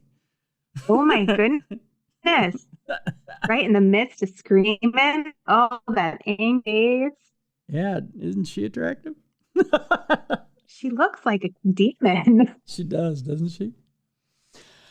The rise in bad behavior caused by drinking and drugs has led to assaults on cabin crew, which Mr. O'Leary said now happens on a weekly basis. See, that's why we have these stories on a weekly basis. Yeah. That's so sad. I know. The worst fight for bad behavior was the party island of Ibiza. Or worst flight for bad behavior was the party island of Ibiza. Ibiza is by far and away the worst destination for it, with flights departing from regional airports such as Liverpool, Glasgow, and Manchester being the most likely culprits for passengers getting out of control. said Mr. O'Leary. He's now proposing a 2-drink rule on holiday makers flying out from UK airports. Geez, look at you can tell, pardon my language, this woman is shit-faced. Take a look at her. Oh, she totally is. Yeah. She's got the look of, back when we used to have family reunions, she looks like the most soused woman at the Trombley family reunion right there. Yeah, and I can just imagine her screaming, yeah, "Meet me outside! Meet me outside!" The words all slurred. I'm going to make you famous. Yeah, she's got that look. She does. She looks like she's probably about 8 to 10 in right now. He said most of our passengers show up an hour before departure. That's sufficient for 2 drinks. But if your flight is delayed by 2 or 3 hours, you can't be guzzling 5, 6, 8, 10 pints of beer. Boy, for 2 hours, 10 pints of beer? What are you, shotgunning? I can't imagine. You got to be shotgunning to get 10 pints in. I'll just be passed out. I'd be a nice, docile passenger. Just buckle me in. Right? Wake me up when we get there. You got to pour somebody in their seat to have 10 pints. He says, go and have a coffee or a cup of tea. It's not an alcoholic's outing.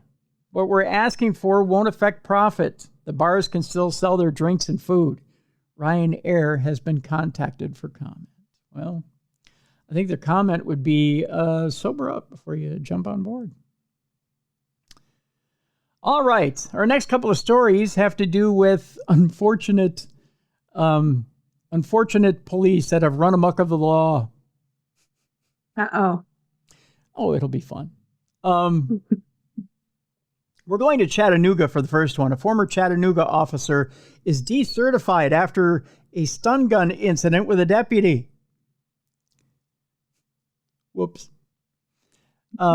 Some people can't control their stun guns. We're just saying. We're going to Chattanooga, Tennessee. A former Chattanooga police officer has been decertified by the Tennessee Post Commission after an internal affairs investigation revealed he used a stun gun on a Hamilton County employee, or deputy at that matter. Sergeant Terry Barnes with CPD's Internal Affairs Department says Officer Batterson removed the taser from another female officer who was sitting with all 3 of them and removed the cartridge and proceeded to stun this officer with the sheriff's department. Oh my gosh. I believe it's Keltane Batterson faced a total of 3 internal affairs investigations. One coming from a deadly officer involved shooting last year. Batterson was among 3 officers placed on leave after the death of Roger Hurd. Another incident involved Batterson using a stun gun on a deputy. Investigators say the deputy was on duty guarding a prisoner at a hospital.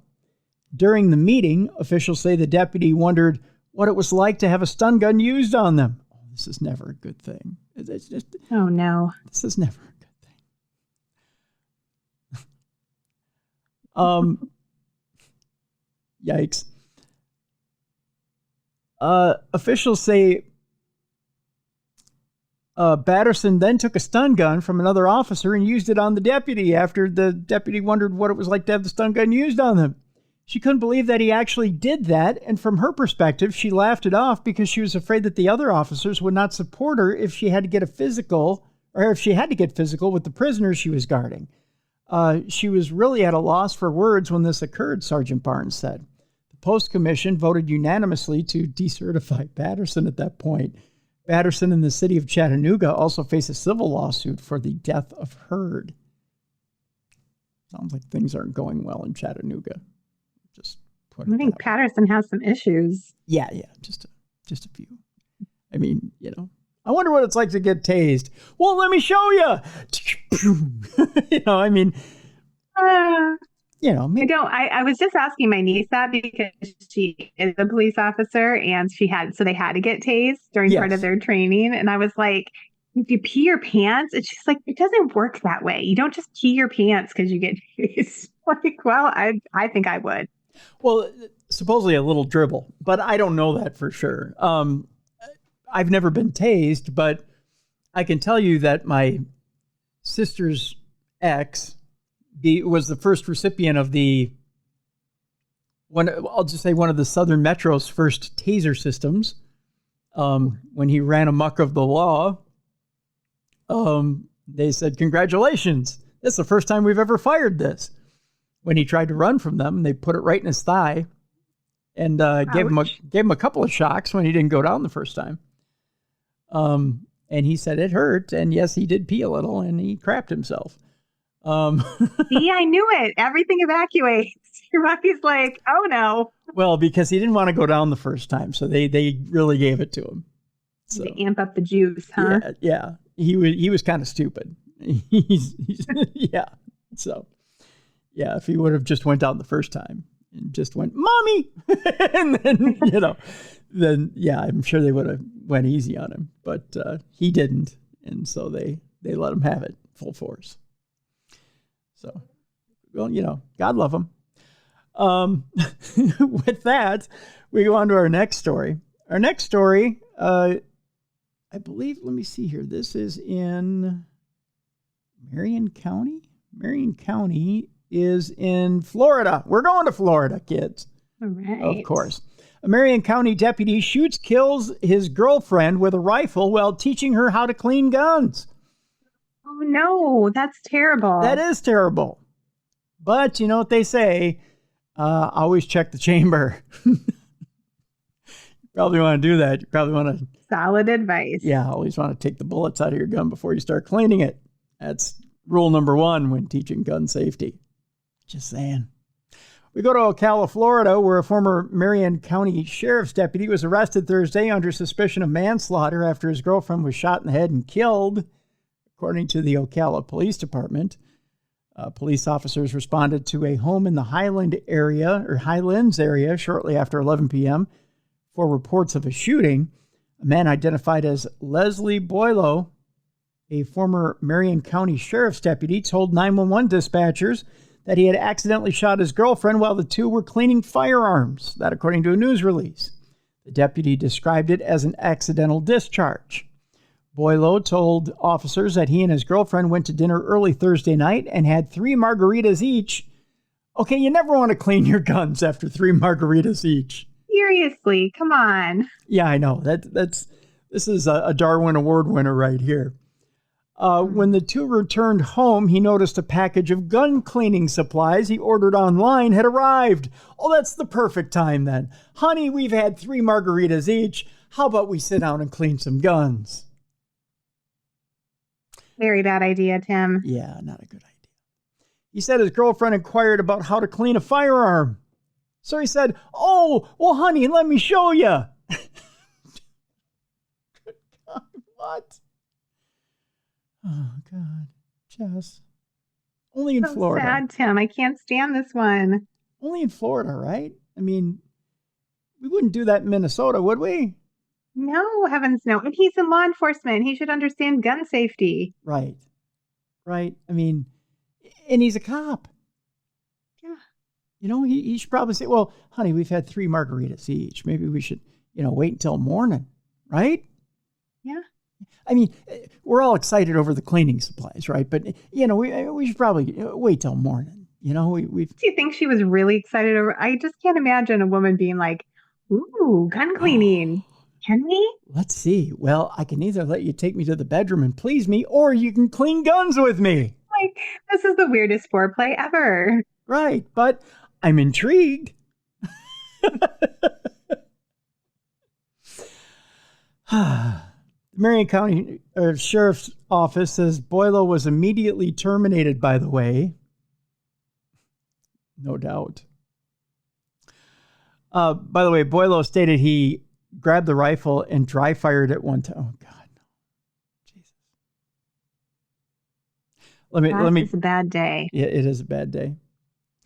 The story skipped ahead slightly. Let me get to it here. Boileau told officers that he and his girlfriend went to dinner. They had 3 margaritas each.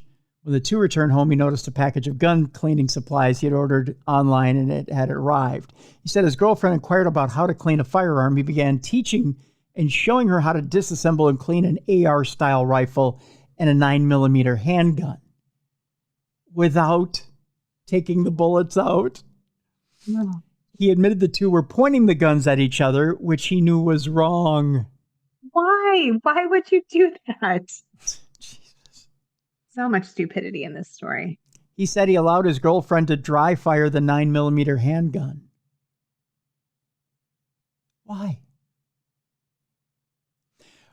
Boileau started, he grabbed the rifle and dry fired it one time. On the second dry fire attempt, Boileau had forgotten that he placed the loaded magazine into the rifle, which shot one live round in the direction of his girlfriend, ultimately killing her. Why are you dry firing anything at anybody? Yes. Why are you so stupid? And why are you aiming it directly at somebody? Directly? Why are you dry firing it directly at somebody? Why wouldn't you aim it over their head? Especially if it's somebody you love. Why is that fun? Why are you even doing it at all? If you pick up a weapon and you aim it at somebody, you should be aiming to kill. Right? Yeah. That's what I was taught. Yeah. If you're aiming it at something, you're aiming to kill. You don't do that for fun. There's nothing fun about that. Okay. During a second interview, he told detectives that he and his girlfriend had previously done similar training. That's not training. But described his actions Thursday night as sloppy. That's beyond sloppy. That's stupid. The Marion County Sheriff's Office said Boileau was immediately terminated. He had been with the department for 8 years, according to the agency. The Ocala Police Chief Mike Balkin said in a statement, "We're deeply saddened by the tragic incident. Our thoughts and prayers go out to the victim's family and loved ones during this incredibly difficult time." Sheriff Billy Wood said in a statement, "We are heartbroken for the family and friends of the victim. Tens of thousands of law enforcement officers do their job commendably every day, but unfortunately the tragic actions of just one are felt throughout the entire law enforcement community." Stupid, stupid, stupid. But of course, that's the theme of this show, right? That's right. We wouldn't be talking about him if he wasn't stupid. That's right. Our next story has to do with a woman who disrupted another flight, en route to rehab. Oh, no. Cops say a vodka beverage enraged a tipsy passenger. Of course, she was headed to Florida to a rehab facility. Touché. This happened back in June. We're just getting word of it now. A woman en route to a Florida rehab facility allegedly disrupted a Spirit Airlines flight. She took a cheap flight to rehab, by the way, after consuming vodka beverages, according to police. 40-year-old Heather Lynn Dykeman was traveling from Baltimore to the Fort Lauderdale Hollywood International Airport when the trouble began on Flight 443, according to Broward County Sheriff's Office. A flight attendant told deputies that Dykeman had been served 2 vodka beverages and that it appeared that the 40-year-old passenger was becoming intoxicated, so the airline employee refused to serve her further alcoholic beverages. After being cut off, Dykeman, a Rockville, Maryland resident, became very angry and yelling, using profanity and disturbing the operation of the flight. While demanding more booze, Dykeman left her seat and went to a gallery area where she yelled, "Stop sending your house blank to do the messages for you." And it wasn't a nice word. It started with an N. These people get so foul-mouthed when they're drunk. They do. Warned that she was violating FAA regulations, Dykeman allegedly did not relent and continued yelling, making racial slurs, cursing, and making obscene gestures. The one with the middle finger, by the way. To the crew during the entirety of the flight. Upon landing, Dykeman continued her tirade when confronted by deputies who met the flight. She was arrested after continuing to use profanity and racial slurs in front of approximately 300 passengers in the concourse. Charged with misdemeanor disorderly conduct, Dykeman was booked into the Broward County Jail. During a video arraignment, she told the judge that "I came down for a 30-day rehab program, but she'll end up with a few months of it in jail, I'm sure." Dykeman was later released from custody after posting a $250 bond. Judge John Hurley ordered her to not consume alcohol while on pretrial release and to stay off Spirit Airlines flights. I'm sure they're happy about that. So there you go. She'll have to fly Sun Country now. That's right. It's time now for our Not Safe for Work part of our program. So if you're at work, put in your earbuds and stay away from the employees and especially your boss. If you're at home, get the kids away from their listening device and put in your earbuds. Earbuds are the theme here today, especially for this next story. You don't want to listen to this around the kids unless you want to give them ideas about a punishment. And this would be a bad punishment. We're going to Oklahoma, where an Oklahoma couple has been arrested after 2 young boys were found covered in feces in a completely disgusting home, Jess. Mm-hmm. I don't know that this would deter any kids if you covered them in feces, but evidently one couple thought so. Oh, that's so terrible. It is. An Oklahoma couple was arrested this month after their 2 small boys were found covered in feces in a home so horrid that authorities were forced to wear hazmat suits when they entered. Oh, no. That's bad. Oh. 3 children under the age of 5 were saved from the revolting home on September 12th, and Dakota Dodd, who's 24, and Aubriana Freeman, 22, were taken into custody on child neglect charges. Oklahoma City police said officers arrived at the home after a concerned neighbor called in a tip. Police were led to a bedroom by Dodd where the boys, aged 3 and 4, were found with dried feces on them. Oh. Yikes. Here's what Master Sergeant Gary Knight told KOCO. Feces on the wall, feces on the kids. It was a completely disgusting scene. Ew.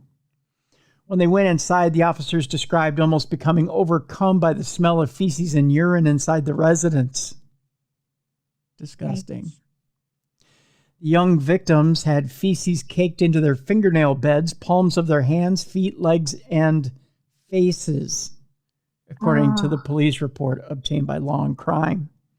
The report detailed the horrid conditions of the entire home, including piles of what appeared to be human feces on the second floor and a bedroom floor covered in multiple piles of smeared and flattened human feces, according to the outlet. I'm setting a record for the word feces in a You story, aren't I? Yeah. Because the conditions were so stomach-turning, investigators later wore hazmat suits when probing the crime scene. Dodd, who is reportedly the boy's stepfather, allegedly admitted to police locking the children in the dirty room for more than 12 hours daily so Freeman, their mother, could sleep and to keep the kids safe due to the neighborhood. The neighborhood could not have been that dangerous compared to that house. Oh, I think they'd have been better off outside. Can you imagine those kids probably have hepatitis? Well, I just feel so bad for him. I mean, that's a smell you just can't get off your skin. Yeah. Too. I mean, it's not like you can't just take a shower or wash your hands or use soap. Like it permeates your pores and yeah. Ugh. They probably don't even notice the smell of it anymore, though, if they're living in it. Right. Poor babies. An 11-month-old baby girl who is Dodd's biological daughter was also removed from the home, according to the station. The neighbor who called in the alleged neglect told News 9 she saw the boys naked in the window. They looked at me as if to say, "Help me," Barbara North said. Oh, my God. I want them. I'll take them. North added they would have dookie all over their face, hands, and mouth. Oh, poor babies. Ugh. Dodd and Freeman have been charged with 5 counts of child neglect. Oh God. Yeah, throw them in jail, throw away the key. Yeah, worst story ever, Tim. Yeah. Well, unless you want to go for this one. I'd rather hear about people being decapitated than children being abused. Yeah, that's for sure. We're going back to Florida, where a syringe sicko is charged with a squirting spree. Ew, that sounds nasty. Yeah. According to cops, female victims were sprayed in 2 Miami department stores. Here's your sicko right here. His name is Sean Uribe. Here's a picture of him. Oh, Sean. He looks angry. He does, doesn't he? And creepy. He is a creep. What's he squirting? Ugh. Well, you're about to find out. Sean Uribe is a leading candidate for Dirtbag of the Month. In 2 separate incidents, cops allege the 35-year-old Uribe followed female victims around Miami, Florida department stores and used a medical syringe, that's in quotes, to squirt an unknown liquid on the buttocks of his targets. What? Yeah. He's a creep and a freak. Oh, I really am so curious. Did they test the liquid? What was it? Let's find out. Well, brandishing the syringe in one hand, Uribe was filming the vile acts with his cell phone. So you're walking around a department store in Miami, right? You're just shopping, Jess. All of a sudden, you feel some strange liquid hit your butt. You turn around, this guy's filming it with a cell phone. He's got a syringe in his hand. He's just hit you with this strange liquid. What are you thinking? I'd be like, let's go outside. Let's go outside. Oh, Mike, you're famous. Let's take this on the wing. Let's take this on the wing.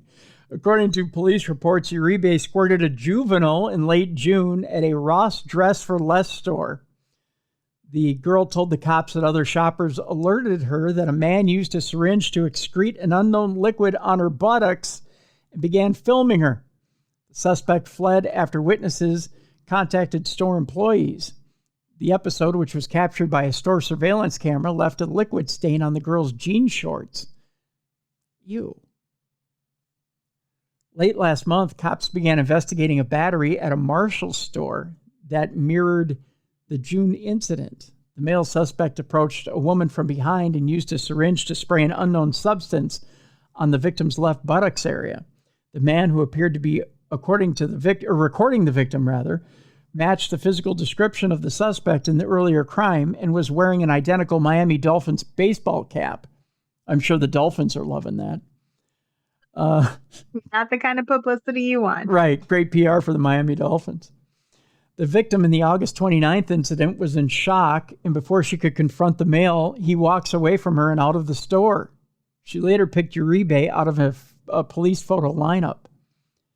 Uribe was arrested last week and charged with battery on a child, a felony, 2 misdemeanor battery counts, and a felony tampering with evidence charge. Uribe posted bond and will be subject to house arrest. A judge previously ordered him to stay away from the victims and the department stores. During a post-arrest interview, Uribe reportedly confessed and said the liquid in the syringes was Cetaphil, which is a moisturizing lotion. What? Why? Did he think it looked like something else, so he thought it was funny? I think so. He also claimed to have deleted all videos from his phone. I don't buy that for a second. You don't know if I even believe it was Cetaphil. I think it was something gross. While in custody, Uribe was allowed to use his phone to call his father. During that conversation, which was recorded by police, Uribe directed his parent to go to the family residence where he had been staying and remove hard drives. I need you to get them and fucking hide them. Put them under lock and key. That was his quote. Smooth. He doesn't know he's being recorded? He didn't know he was being recorded, yeah. Uribe's father, however, arrived at the residence after a cop was dispatched to secure the property. A subsequent search of the home turned up hard drives in the exact location where the defendant explained to his father they would be. Thanks, buddy. You made our job so much easier. That's right. Not too smart. Investigators also seized 3 medical syringes containing a viscous white liquid consistent with that of semen. That's what I thought. Yeah.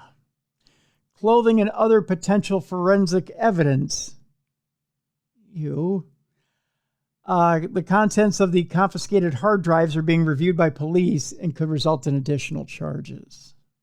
What a very, very strange kink this man has. I don't understand how that would get someone off, but it's just lotion though, Tim. It's just lotion. Yeah, it's just hand lotion. Just Cetaphil. It's simple as that. Not his jizz, so don't worry about it. It's not his jizz. No. I don't buy that for a second. See, he's trying not to get major charges here. Because if it is... See, I'm only a little weird. I'm not gross weird. Right. I'm just weird, right? Because if it is his bodily fluids, the charges go way, way up. Right, as they should. Yeah. Freak.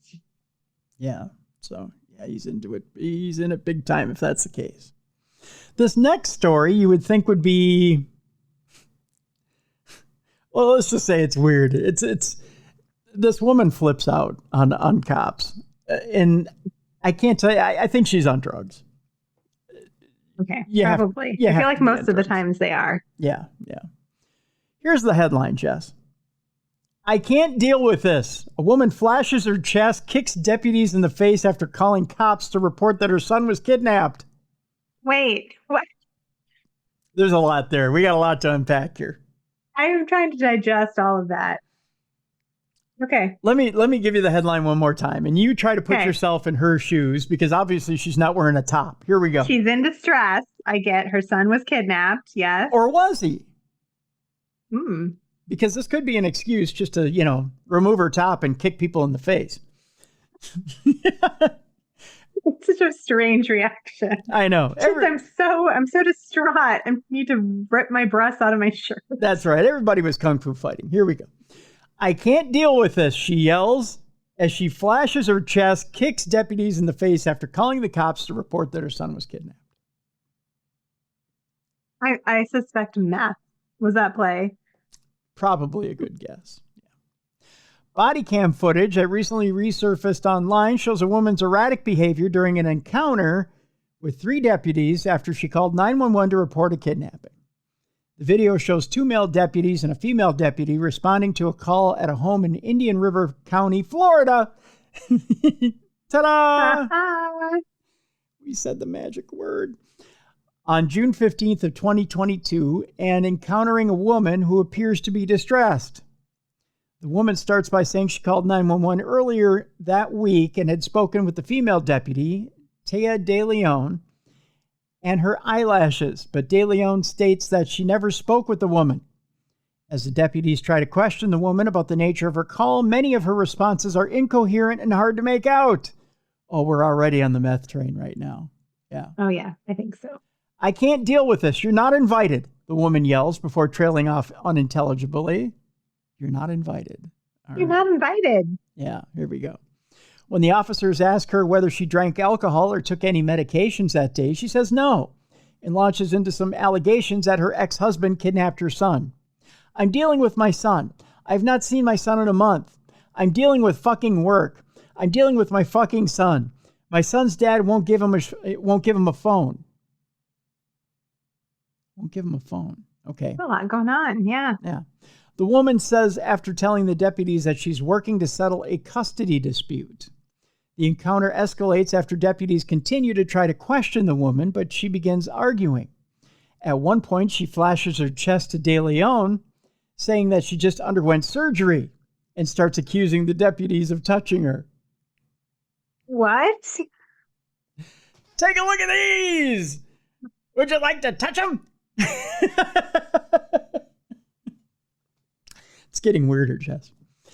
After Taking a turn. Yeah, I know. They're real. After refusing to comply with the officer's orders and continuing to get in De Leon's face, all of the deputies restrain her and place her in cuffs. Once she's detained, she continues speaking incoherently. There's more magic where that came from, Jess. She says, I always talk to somebody. I don't fucking lie about shit, the woman says. Can you let her go because this is fucking a lot for her? For herself as third person? I don't know. Shortly afterward, she started yelling and crying loudly and dramatically falls to the ground. As the deputies help her up from the ground and walk her to a squad car, they have trouble getting her to sit in the back seat. The situation escalates again when she loudly demands him to stop touching her, and then she kicks De Leon. Poor De Leon, he got flashed and kicked. Yep. The deputies try to force her into the car, and she kicks De Leon again. This time in the face. It's a rough day. It's a rough day to be a De Leon. The male deputies finally get her into the car and then check on their colleague who's bending over and massaging her nose. De Leon was the female officer. Yep. Oh, even worse. I'm okay, De Leon assures her partners. I'm not bleeding, right? The video ends after one of the male deputies tells the woman she'll be charged with a felony. For what? The woman asks. For kicking her in the face, the deputy responds. I never kicked her in the face, the woman yells. You did. I watched you do it. It's all on video, the deputy states. The woman was reportedly charged with felony battery of an officer. If you'd like to see the entire video, I tell you what I'll do. I'll post it in the description of this show so you can watch the entire thing for yourself. Yikes. Those poor officers, they were just going there to help her. And in the words of a good friend of mine, you can watch some crazy titties and some kung fu action. How's that sound? Actually, a quote. That's a quote. Crazy titties and some kung fu action. There you go. Our last story is a crime in a different kind of way. I'll explain to you as soon as I read the story. And then we have a palate cleanser today from all this not safe for work stuff. It's an innocent story to cleanse the palate from all the not safe for work stuff. Wonderful. I've decided palate cleansers are a good thing, Jess. I like them. They make me feel better about my evening. It's a return to more innocent times. All right, Jess, you tell me where the crime is here. Here's the story. You see me, I'm adjusting my head before I read this story. It's a bad sign. I know it's going to be bad. It's bad. Here we go.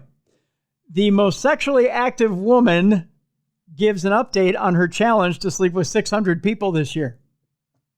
Oh, wow. Okay, girl. Mind you, she's leaving it open for both sexes. Hashtag goals. Hashtag goals. Australia's most sexually active woman has shared an update on her bid to sleep with 600 people in 2024. Annie Knight had a goal in 2023 to sleep with 365 people. And in 2024, she decided to level up, that's a quote, and sleep with 600 people throughout the year. I'm tired just listening to that as a plan. That's exhausting. That is 965 people in 2 years. Put it this way, when the wind blows hard, you know she's coming. Just saying. Last year, everyone started talking about me because I was talking about my sexual escapades online, and I mentioned how many people I'd slept with, and it went viral, and everyone was talking about it. There's a lot of talking going on there. She told that to New Zealand's Edge podcast with Clint, Meg, and Dan. I don't know if you've heard that podcast or not. I've not. I've not either. There's a lot of talking going on. And I thought, why not make a bit of fun out of this and make it a challenge? That's one hell of a challenge. I don't think she has a day job. I mean, you wouldn't have time for a day job and all of that activity. If there's 365 days in a year and you're going for 600 people, there's a lot of icing going on. I'm just saying, a lot of icing. A lot of icing. It definitely isn't fun anymore, that's for sure. A lot of icing, a lot of creams. A lot of rest. A lot of lubes. A lot of lubes. Well, if you need lubes, Diddy's got them, evidently. He's got 1,000 of them in his house. Oh, wow. Just saying. Oh, Diddy. I got back to Diddy there. Knight, who publishes content on an adult subscription platform, go figure, revealed in the September 5th interview that she had just over 400 people already. Wow. Saying she was just trying to use dating apps and meet people organically in real life. What, does she trip and fall on dicks? How does this happen? 400 people, Jess. I can't. I don't even meet 400 people in passing at the grocery store. How do you meet 400 people? Huh? But in a bid to hit her goal, she started taking applications from her followers where people can apply to sleep with her. Wow. That's nice of her. She was hit with an influx of applications saying she didn't know why she hadn't done that sooner. Yeah, I got to give the fans what they want, I guess. I guess. The person had to be okay with being filmed, but they had the option to have their face blurred. Probably good for us. I'm just saying, if you're filling out an app to get laid, you probably aren't cute. Right? I'm just saying. You're probably not a looker. You probably... I was just thinking our poor fans don't get anything quite as exciting from us. Right. If you're filling out an app to get laid, you're probably ringing bells at Notre Dame. You know what I'm saying? Yeah, there's probably an issue with you. Maybe. That's likely. Yeah, thinking. They're probably appearing in your monster book, Jess. I'm thinking. You know what I'm saying? Oh, Tim.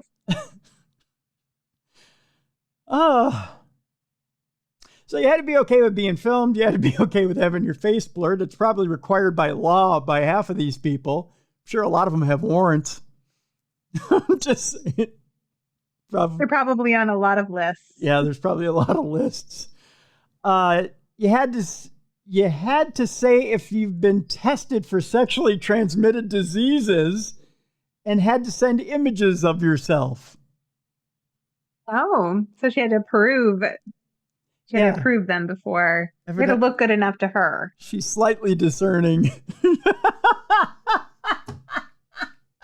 But she's not going to be too picky because she's got goals to meet. Right. She's still got to get through 200. So, evidently you have to be breathing. I don't know. There's no Weekend at Bernie's candidates here, I guess. She said she is really picky. Wink. Obviously. Yeah. And while sometimes she lowers the bar, you think, there is definitely a certain standard that potential partners have to meet in the looks department. Come on.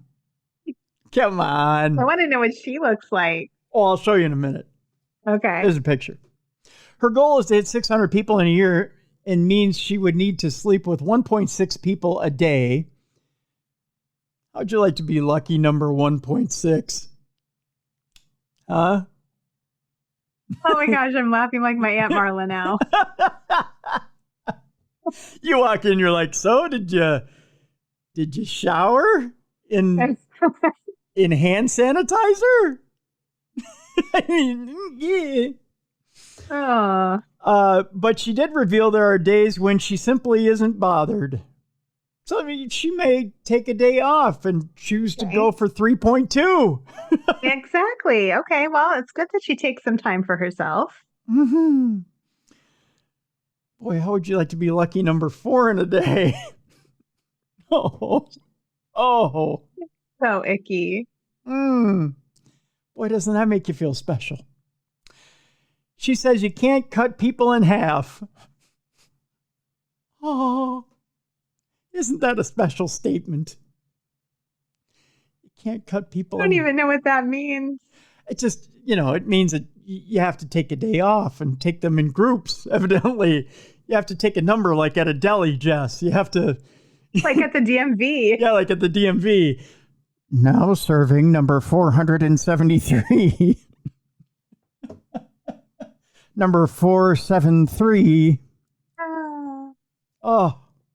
She says you can't cut people in half. Some days I might sleep with 5 people, and the next few days I might not sleep with anyone. I do get tired. I'm sure. It is exhausting, but I need to have a break, she said. She might do 5 in one day. I don't think she's doing the work if there's 5 in one day. No, maybe not. No. I don't know. I'm trying not to visualize it, quite honestly. I don't think there's any reverse cowgirl going on here, if you know what I'm saying. Just saying. She says, I don't always feel like having sex, and I don't want to force myself if I'm not in the mood. You've got 600 to get through. You better get in the mood. Come on, girlie. You put the challenge down. There's no crying and fucking. She has definitely made it a sport. Yeah. That's for sure. Remember back in the day, the Houston 500? I think she did it in one shot. Yeah. Yeah, I think you're right. Yeah. Yeah. Can you imagine? Yeah, I'm right. I'm doing the Minnesotan thing now. Yeah, she did it in one shot. Yeah. It's just like people waiting in line. It was like one big line for like Homer hankies. Like everybody lined up and she iced them down, I think. She just went for the whole gusto. So 600 in a year is nothing, sweetheart. You need to just... I'm much less impressed now that you just told me that. Yeah. See, when you compare apples to volume, I mean, 600 in a year is nothing. You need to just jump on it and go, right? Knight, who revealed she is likely to make between $3 million and $4 million this fiscal year. From this? From this. I am doing this all wrong. Right? Screw writing books or write books about screwing. One or the other. I'm just saying. Combine them both. Right. Said marketing was important as not everyone was going to make it in the industry. Well, you're making something between 3 and 4 million. But it doesn't always go according to plan. She said the world is her oyster, but she has people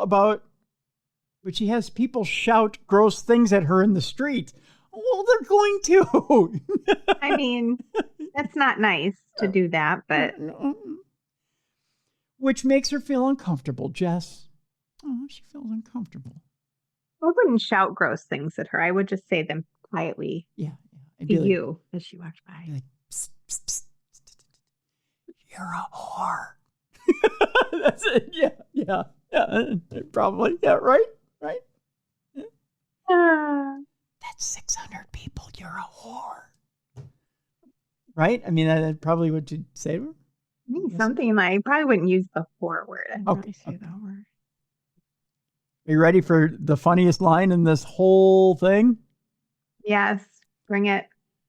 Knight said she wasn't a sex toy and that people need to treat her like a human being. Oh. If you don't want to be treated like a sex toy, quit fucking 600 people. Quit making yourself one. Yeah. Quit being the bouncy gym. I'm just saying. Quit being the human fleshlight.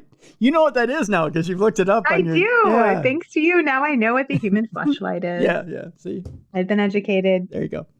It's not the only time the former marketing executive has spoken about the downside of her chosen career, with Australia's most sexually active woman telling news.com.au last year, people love to tell me to get a real job, even though I'll likely pay $1 million in taxes this financial year. Boy, she sure is throwing the financial figures around.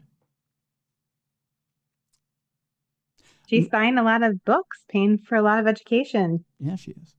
Paving a lot of roads. Yeah. Whatever they do with their taxes there. Well, she ain't paving roads. She's probably laying on them, though. Getting effed. I'm just saying. Another favorite comment is, your mom and dad must be proud, which is one I always laugh at because, yes, they are. Oh, really? Yeah, evidently your mom and dad are proud. She says, my mom messages me daily telling me how proud she is for living my life authentically and not caring what anyone thinks. And my dad supports me no matter what. Well, he's probably got to hold up the bed because she's broken all the springs. Because just saying that. Well, I can't even imagine as a parent. Her dad is not proud. Come on. Mm-hmm. What's think so. What's her dad gonna say? Oh, honey, I'm so proud of you. What's he gonna say? Oh, hon, you're a whore. Well, I mean, I would love my child no matter what, but I wouldn't be proud. No,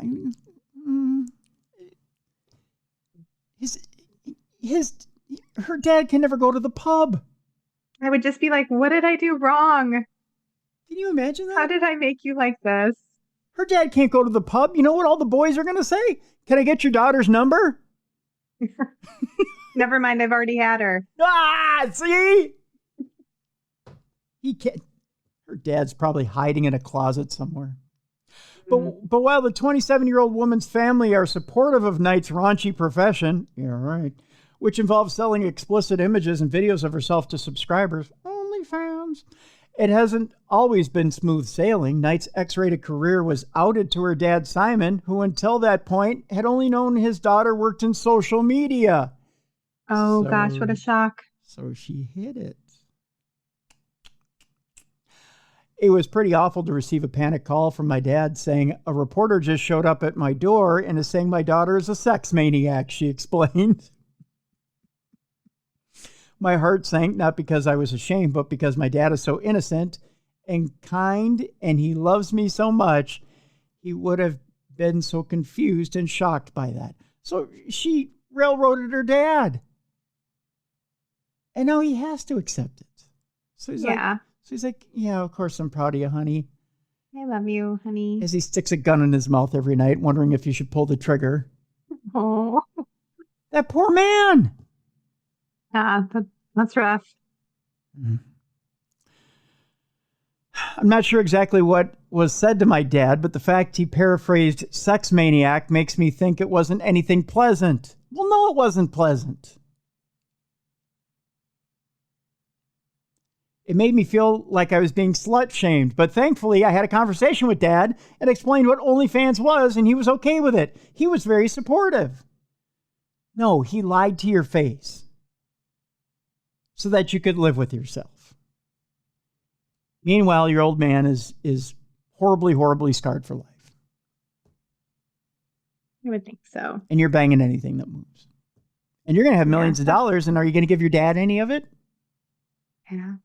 You should buy your dad a house. So. You should buy something nice. You should buy your dad a house with all your fuck money. And I'm not shaming her. Don't get me wrong. She can do whatever she wants with her life. I don't care. To each their own. It is shocking, though. To each their own. And here, let me show you a picture of what she looks like.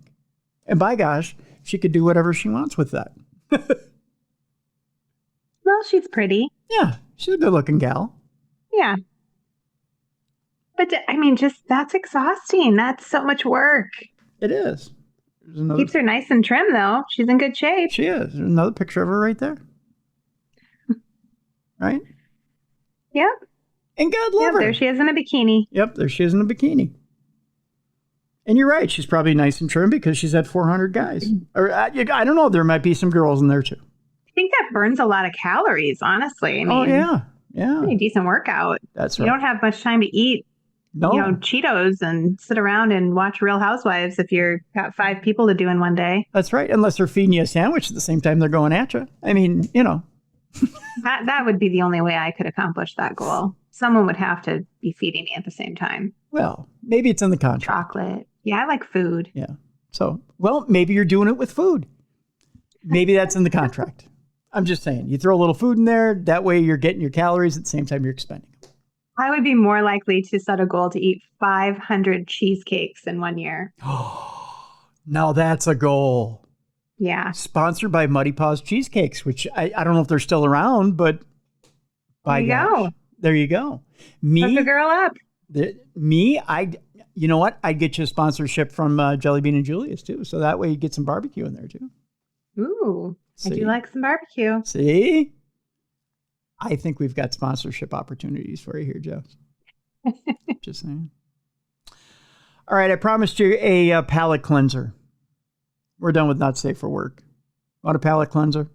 Ooh, yes, please. All right, here we go. Here's the story of how 2 mules masterminded an unbridled breakout from their corral in San Francisco. Or in Frisco, rather. I guess this isn't a Colorado mountain town. A pair of sister mules, Dolly and Jolene, masterminded the breakout that led to 14 mules running through the Colorado mountain town. Restless in the off-season between summer wagon rides and winter sleigh rides, 14 mules in the Frisco Adventure Park staged a breakout. Get it? Because mules bray. See? Thursday, September 19th, and cruised around town for 2 hours before being caught. Wow. See, so Dolly and Jolene. Go, girls. there you go. 2 mules in particular, sisters Dolly and Jolene, led the great escape, according to Sierra Madrigal, the mule manager for 2 Below Zero. They were the ones that masterminded the entire escape, and they were the last ones to be caught, Madrigal said. They're the ones that are the brains of the operation. They took it upon themselves to go find pasture. Sometimes slandered as dumb creatures, mules are actually extremely smart animals. And Dolly and Jolene were pretty much able to disassemble the pen at the adventure park by lifting up on a panel, Madrigal said. Usually this time of year, the mules will be put out to pasture, but 2 Below Zero recently lost its pasture lease and has not been able to find a new pasture, leaving the mules to remain in their pen through the fall. We lost our lease that we've been using for many years, so they unfortunately still are in the pen for the off-season, Madrigal said. So they're getting a little antsy, and I think that is what contributed to the breakout. It was around 2:30 p.m. when the Summit County Sheriff's Office got a call for horses, later identified as mules, running across Colorado Highway 9 near the adventure park, according to Sergeant Mike Schilling. Deputies responded, 2 of whom were horse owners that ended up being the right people for the job, Schilling said. The main goal was to keep the horses off Colorado Highway 9 and the wreck path, where they could pose a safety hazard. 14 horses is funny, and it was kind of beautiful with the backdrop of the fall season, Schilling said, but it is a serious incident, and it is a legitimate public safety call. Madrigal said the mules took a few laps from the Summit High School area to the St. Anthony Summit Hospital, mostly along the wreck path. While most of the mules stayed together, 2 of the older mules stayed behind. She explained that the mules form teams of 2, usually siblings, that will pull together and can't be mixed and matched. The oldest team we have are little old ladies, we call them. They decided not to follow the group and were caught right off the bat, Madrigal said. They didn't make it out of the Frisco Adventure Park. They saw the younger ones run off and decided it wasn't worth it. They decided not to make a break for it. Deputies and 2 Below Zero staff were eventually able to get eyes on the mules and kept them contained in an area near the hospital, Madrigal said. The team lured the mules in with bags of grain and formed a circle to keep them from running off, she said. Staff who the mules recognized then slowly approached the animals, put a halter on them, and tied them to a tree until a horse trailer was ready to shuttle them back to the adventure park. Dolly and Jolene, the troublemakers of the day, were the last to be caught, because they're the fugitives after all. They stayed uncaught for longer than the rest, Madrigal said. They were definitely more worked up than the rest of them. It's possible they knew they were in trouble. Not that we would scold them or anything, but they knew they weren't supposed to do that. Schilling noted that this is not the first time the sheriff's office has responded to livestock on the loose. Earlier this year, the sheriff's office helped secure a horse that got on the loose in Breckenridge, but this latest incident might be the most animals the sheriff's office has ever had to wrangle at once. Madrigal noted that the mule pen has been repaired to prevent the mules from escaping in the future. She said that the 2 Below Zero is continuing to look to rent a pasture where the mules can graze, and anyone that might have an appropriate fenced-in pasture should contact the company. So there you go. Well, those might be our smartest criminals all day. That's right. They're the smartest ones we've read about all day. And they still got caught. Crime doesn't pay. But at least they got grain out of it. So there you go. Yeah, and they got a little running around time. So there's that. Yeah, and they got to see a hospital. They didn't get to fly away in the helicopter. But, they didn't have, opposable thumbs to do that either. So. Yeah, you can't have everything. That's right. They can't have everything. So, Jess, with that, we've got books to promote. You've got 2 books on sale right now, right? I do. I have Monsters of the Northeast and Ghost Stories of Pennsylvania. There you go. So we've got a link to that in the description of this program. Go get those books. Speaking of, Jess, normally I don't promote who I have on Thursday, but I think I might make an exception this week. Do you happen? Who could it be, Tim? Do you happen to know who I have on this week, Jess? I think it's two very lovely ladies. I think it is too. Maybe you could tell them who we have on. They're very smart. They're good storytellers. Yeah. It's me and Natalie. There you go. Yay. Both you and Natalie will be on the show on Thursday, and we'll be talking about those It's two. going to be so fun. We'll be talking about those two wonderful books on Thursday. So I encourage people to tune in on Thursday.